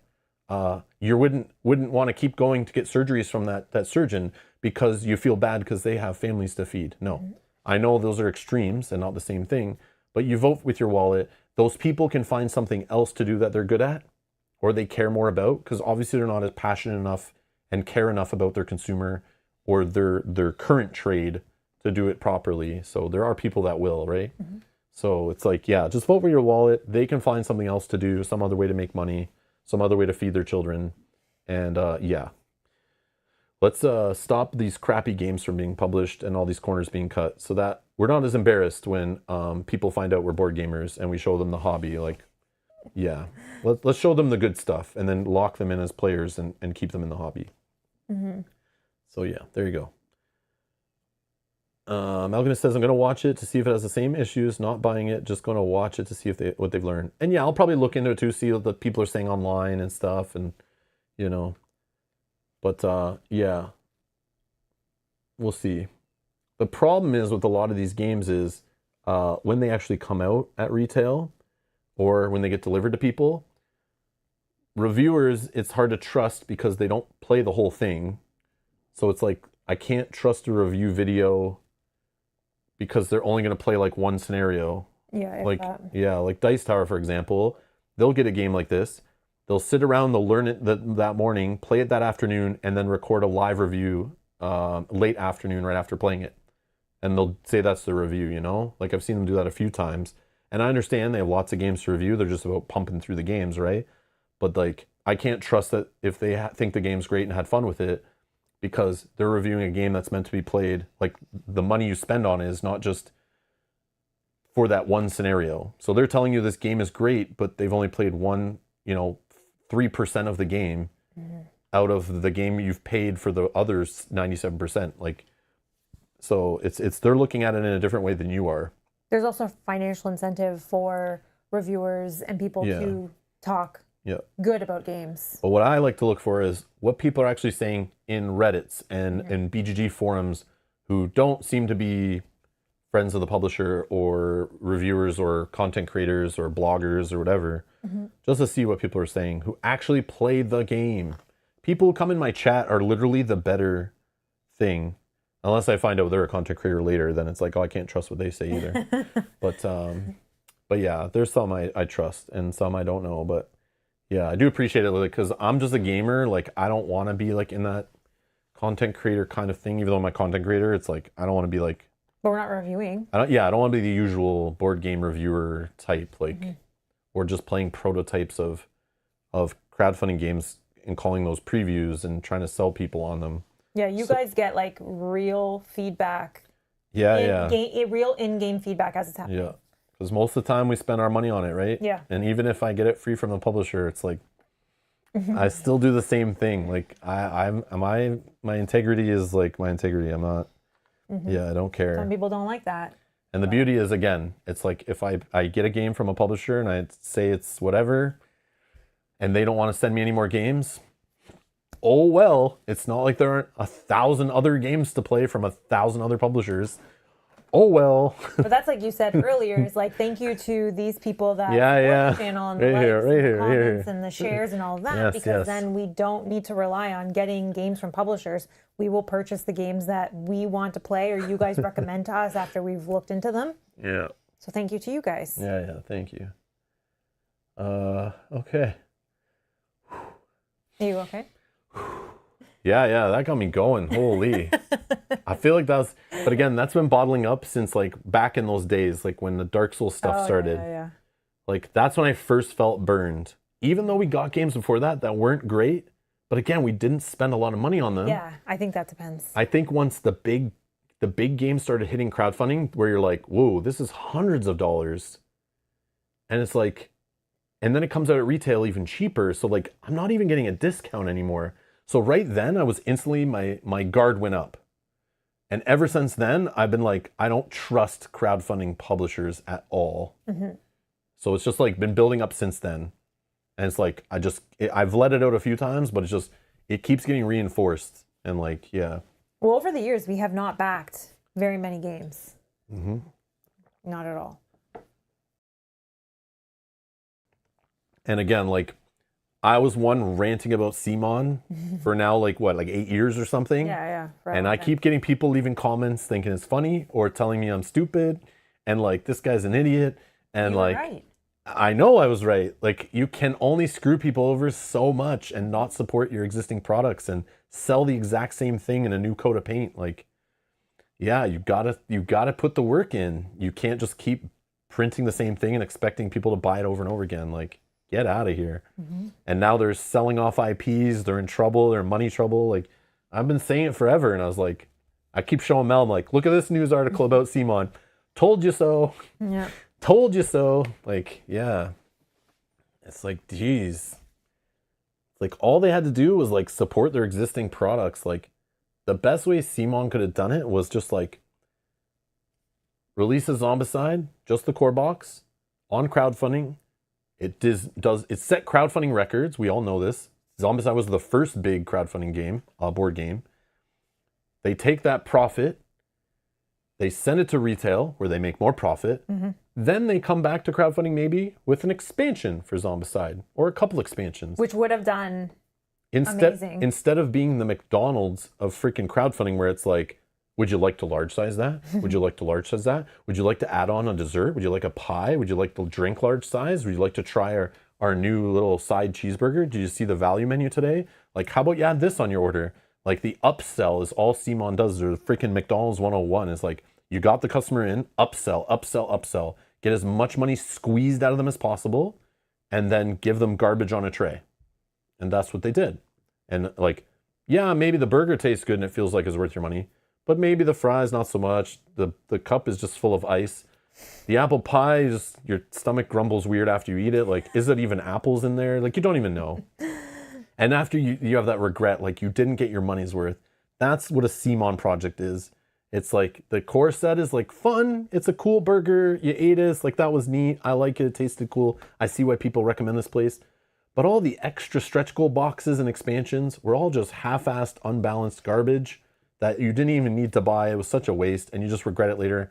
Now you're fat, you're overweight, you're bloated, your internals don't work as well because you just ate too much of it. You know what I mean? Same thing. And you're sleepy. And you're sleepy. You got the McGrumbles. Yeah. That's Simon 101. And it's like, and then the worst thing is they just sell the same thing every week, put a new sauce on it, And you're like, and tell you it's a new... Look at, today we have the quarter pounder with jalapenos on it. It's brand new burger. Come back in, buy it again. This is a crazy new product we came up with. We changed the type of cheese on it this time. Insane. Whoa.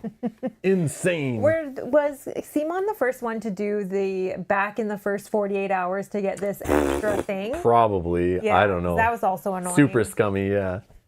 Yep, that's like the daily special. Like, Yeah. come in, we got this hot thing, FOMO. We only have 24 100 per store. Get in now, get in early, or it's gone. Yeah. We're gonna put it back in the Disney vault, and you won't get it again. FOMO. Yeah, they just took all the scummy marketing tactics that people used over the years, and just like that also went out of style. And they just said, you know what, board gamers are dumb. Let's bring it back and do it again. They took all those shady marketing practices. And we all fell for it. Yeah, we were buying stuff. Yeah. I remember we bought Zombicide at retail because we couldn't find it. And we overpaid for it at a local game store. Which I did like. And we did the like time. that. At the Obviously, we time. liked it because everyone around the table was having a Yeah, great time. It was great. So, of course, when they made a fantasy version, I was like, okay, I love fantasy games. I like dungeon crawlers. Let's buy that one. Yeah. And that was their best one. Yeah. What was it called? Black Plague. Black Plague.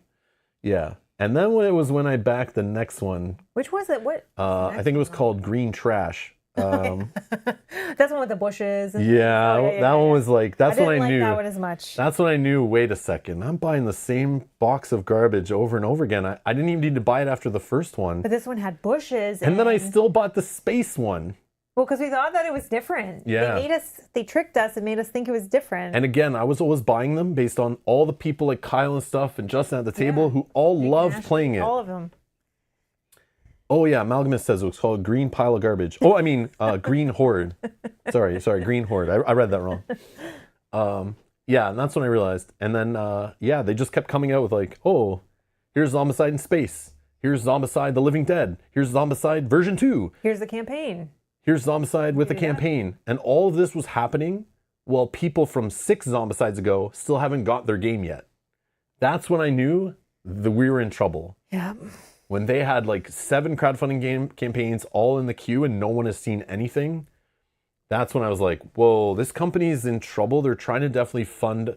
They can't print the other games because they're trying to make new ones to fund the other ones. It's like Ponzi scheme style or something.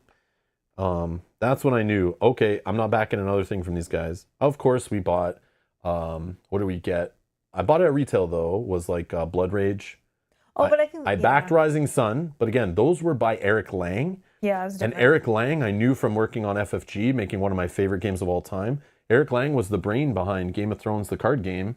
So instantly I was like, that's like one of my favorite games ever made. I love it. We'd met him in person. Yeah. I'm like, Eric Lang, Canadian. I'm like, I'm going to buy what Eric Lang's making. Yeah, so that was different for us. Yeah, that was different. It had Eric Lang's names on it. So yeah, that was different. But yeah. But the whole time I was playing those Zombicides, I was like ranting on streams and stuff about, what the hell is this Scars? It's the same game over again. I'm not backing anymore. But you're right, it was hard at the time because so many of our friends loved it. Yeah. They loved just coming over, having a beer, and rolling some dice and killing zombies. Beer and pretzels. And we did play Massive Darkness 2. So like I still played CMON games and still backed projects based on what people were telling me. Rob, you should play this. We want to see you play it. We bought that retail though. No. I backed that, yeah. Oh, I didn't realize. I backed it because I never played Massive Darkness 1 and the changes to it looked interesting enough. And I thought that we needed a beer and pretzel game at the time. And I also knew people in the chat on streams were trying to get me to back it because they knew how I had felt about CMON already. Yeah. So I was like, for science, I'll back it and we'll play it. And we ended up having fun with it. We played the campaign too, didn't we? Yeah. Yeah, it was fun. We played that whole game on stream and it was beer and pretzel cheesy goodness. Yeah, but like who doesn't love to roll handfuls of dice and around every corner is a new item. Yeah, it's just a better version of Zombicide. Yeah. So like even Black Plague, I will never go back to because I would always play Massive Darkness 2 over that. Mm-hmm. It's just a better version of a fantasy dungeon crawler. Yeah. It's like actually has just enough meat on the bone to feel like I'm actually playing like a real game, not just like some duct tape bubblegum like basic game of Zombicide, which all just built on RNG, rolling dice and pulling cards, which I guess that is too, but yeah. When they hired Eric Lang though, that's when I was like, no.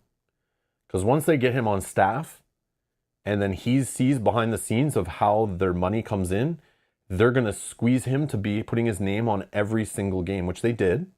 But the part that I knew right away is when I watched a few live streams of Eric Lang and the co-designer or developer on the game, I realized Eric Lang is like, he sits in on the first meeting, shows them an idea of a game, or they show him an idea of a game.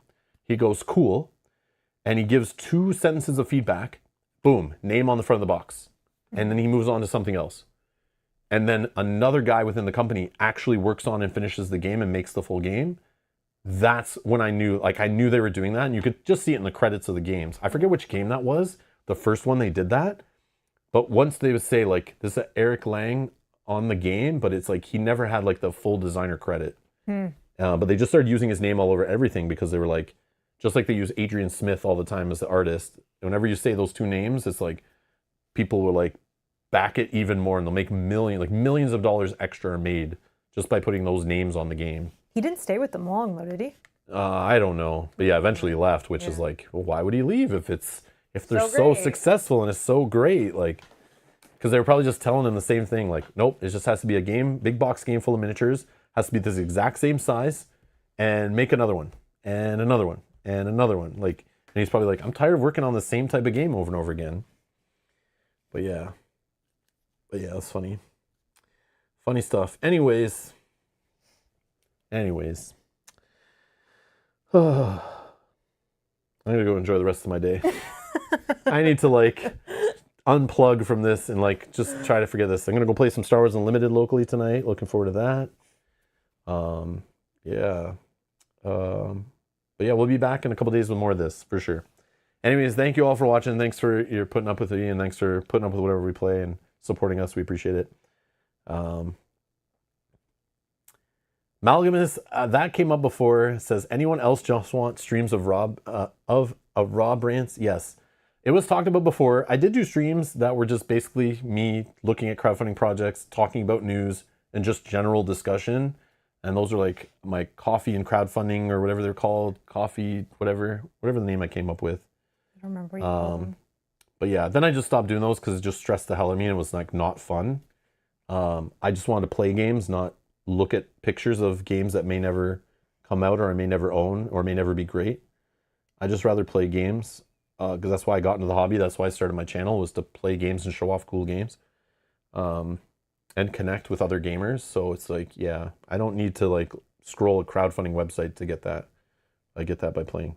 But yeah, just the raw brain stuff. I always debated doing that, but it's like, I like it as more of a fun thing for people actually watching our streams to see them because they're like relative to things at the time. Yeah. So like a very small percentage of people will ever watch episode like 17 and the last 30 minutes of a 4-hour stream. You know what I mean? Like, so I like having that there for people who actually are fans of the channel, who actually tune in and watch, to have that, and they can skip it if they want. They can watch it if they want. But yeah, it's like that kind of a special thing, I feel like, for just that. I don't want a channel of just being like negative or even positive or whatever, and that's all I do is just like complain about things in the industry. But I do also like when publishers actually watch these videos or they're in the chat and I can complain about stuff or give them my feedback. Even if it's not all what they're looking for, it's like, even if like one little thing improves their next game or their next printing, I feel like I did a good thing for the hobby. But the other thing too is if the rants are kind of like videos on the channel, that may be somebody's first introduction to Rob and they don't actually understand where all of this passion is coming from. Yeah. So when you guys see them on the fly happen as it did today. That's why I was explaining though. That's why I go long-winded about it, where like I don't know who's just tuning in live. I don't know who's watching this later. Yeah. If it's their first time seeing me. So that's why I go back to like, yeah, we got in the hobby here and these are the crowdfunding campaigns I backed and this is why I feel the way I do. Like, so it's like, this might be the first time. And that's when, as a streamer, you have to understand you're going to repeat yourself a lot because not everyone is there for everything you say. So it's like, you have to understand you're talking to a lot of people for the first time. Yeah. We have to assume though that someone's not tuning in for the very first time ever on a episode 17, but maybe they might be if they're looking for a certain scenario where true. the text in the rule book doesn't explain how the scenario ends correctly, and they're like, let's see how these guys did it. Yeah, true. Because I don't think we put up what scenario we're playing. No, but they might still be skipping through to looking for it. Because we do say at the beginning. Yeah, that's true. But yeah. Yeah. I know, Malgamus, you enjoy it. A lot of people told me they enjoy it. Yeah. But yeah. But I think that they're better when they come natural. I know. I don't know that Rob could like script it, or not even script it, but like be like, this is my rant that I'm gonna do today on stream, and then come down and just like wing it. Yeah. I don't think it would be the same. I have a teleprompter. I've used it a couple times in videos. A couple times people never noticed, but then people started realizing like, wait, why is Rob talking this way? And I'm like, it's because I had so much information I didn't want to forget any of it. So I type it all out, I reread it, I make sure it's good, and then I just read off a teleprompter. So it's valuing your time, getting all my points across. It's good. But then I got so much feedback saying, no. We want Rob where he just doesn't care about how long the video is and he just goes. Yep. Like, lets it out unfiltered. Like, and it's like, okay. And I see there's a need for that on the internet. Like, all of YouTube doesn't need to be super edited, condensed, fast content for the, like, you know, goldfish brain people. There's people who just like to sit back, lean back, and watch long form content, and I'm okay with that. So yeah, but yeah, so that teleprompter is just collecting dust somewhere in a closet because of you guys. But it was a fun time. I may use it in the future for other things, but yeah, that's what I learned. So that's what I would do though if I scripted like a Rob's rant like video, or I would have to put on the camera, and I wouldn't have the chat there to like remind me of things too, right? And yeah, because they like poke the bear. Yeah, they put gas on the fire sometimes, and I like it. Yeah, they keep me going, and I like it. It's fun. It's like a team effort, and it's great. Yeah, a little back and forth. But yeah, if I was just recording by myself, you know, in a quiet room talking to a camera, it's like I would need the teleprompter or something to remind me to keep me on track. So yeah, those videos would be hilarious. But yeah, I know. I don't know. Anyways, yeah. I need to change my channel to like the Raging Gamer or something. Raging Rob's playthroughs. Rob's Raging what? I shouldn't say it because then someone else is just gonna copy it and beat me to it. That's true. Yeah, I remember there's a guy I saw in like I saw it recently too. He's from another country, but I think I called those streams like,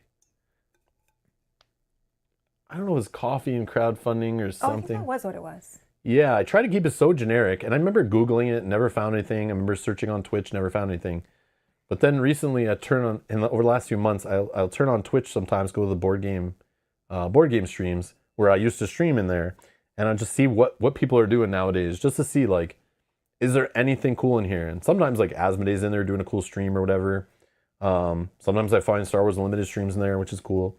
But there's a guy, I don't know where he's from, somewhere in Europe, but he does like a coffee and crowdfunding, like exactly like that. And then he just does it the same way I did it, where he's scrolling and then he's ranting and like, yeah, it's like, I don't know who you are. It's somebody who's watched my channel before for sure. It's probably someone we chatted with and had fun with. I don't know who he is, but yeah, when I saw that, I was like, I just watched it for like 5 minutes. I was like, oh my God, this guy is exactly doing what I did. Exactly. So like, maybe he was doing it before me in like his own language or something. Now he's doing it in English. I don't know. But it was just funny to see that. I was like, oh, wow. Yeah, that's what I look like. That's what I did. That's what I sounded like. Oh, maybe I'm glad I don't do these anymore. But yeah, so I saw it was funny. But that makes me always think like, whenever I say out an idea out loud, there's people watching. Yep. There's even one other guy who streams. I saw him streaming in Twitch. And you remember the way I used to do in those coffee chats? I would do the background of the cafe with the fire going on. Yeah. Kind of like what we're doing right now. We have a background. Scrolling across, and he's got the exact same background going. Oh. And he's talking about like a game that I literally talked about, the same, like a game we played. He plays like LCGs and stuff. I always see him playing. Okay. But yeah, he's doing the exact same thing where he has like him and his wife or whatever sitting there with like the background, exactly the same backgrounds. And I was like, whoa, okay. He obviously watches the channel or whatever, and got some ideas for sure. But yeah, it's funny seeing my influence out there, and like, for sure. Yeah, I think it's neat. It's very humbling, but a little scary. Yeah, because then you have to be careful what you say, because people are. But again, it's like, I'm just a dude like making stuff. I'm not a company with like tons of lawyers and things. It's like they can rip me off, whatever. It's like, do whatever makes you feel better, whatever. I mean, no one's really original with anything they do. You're influenced from everything or all your experiences around you. So even if you think you're being creative, it's like that stuff had to be put in your brain from somewhere. Yeah. Unless you're doing drugs. That's the only thing that's... Unless you're doing drugs, that can make some chemical reactions that can make you creative. That's why a lot of painters over the years are all people like, even back in the day, are all high on stuff and they're making cool art. Because yeah, that will mess with the chemicals in your brain and cross the lines, cross the streams. But anyways, all right, that's enough for today. Anyways, thank you all for watching, and we will see you guys in the next stream. Bye-bye.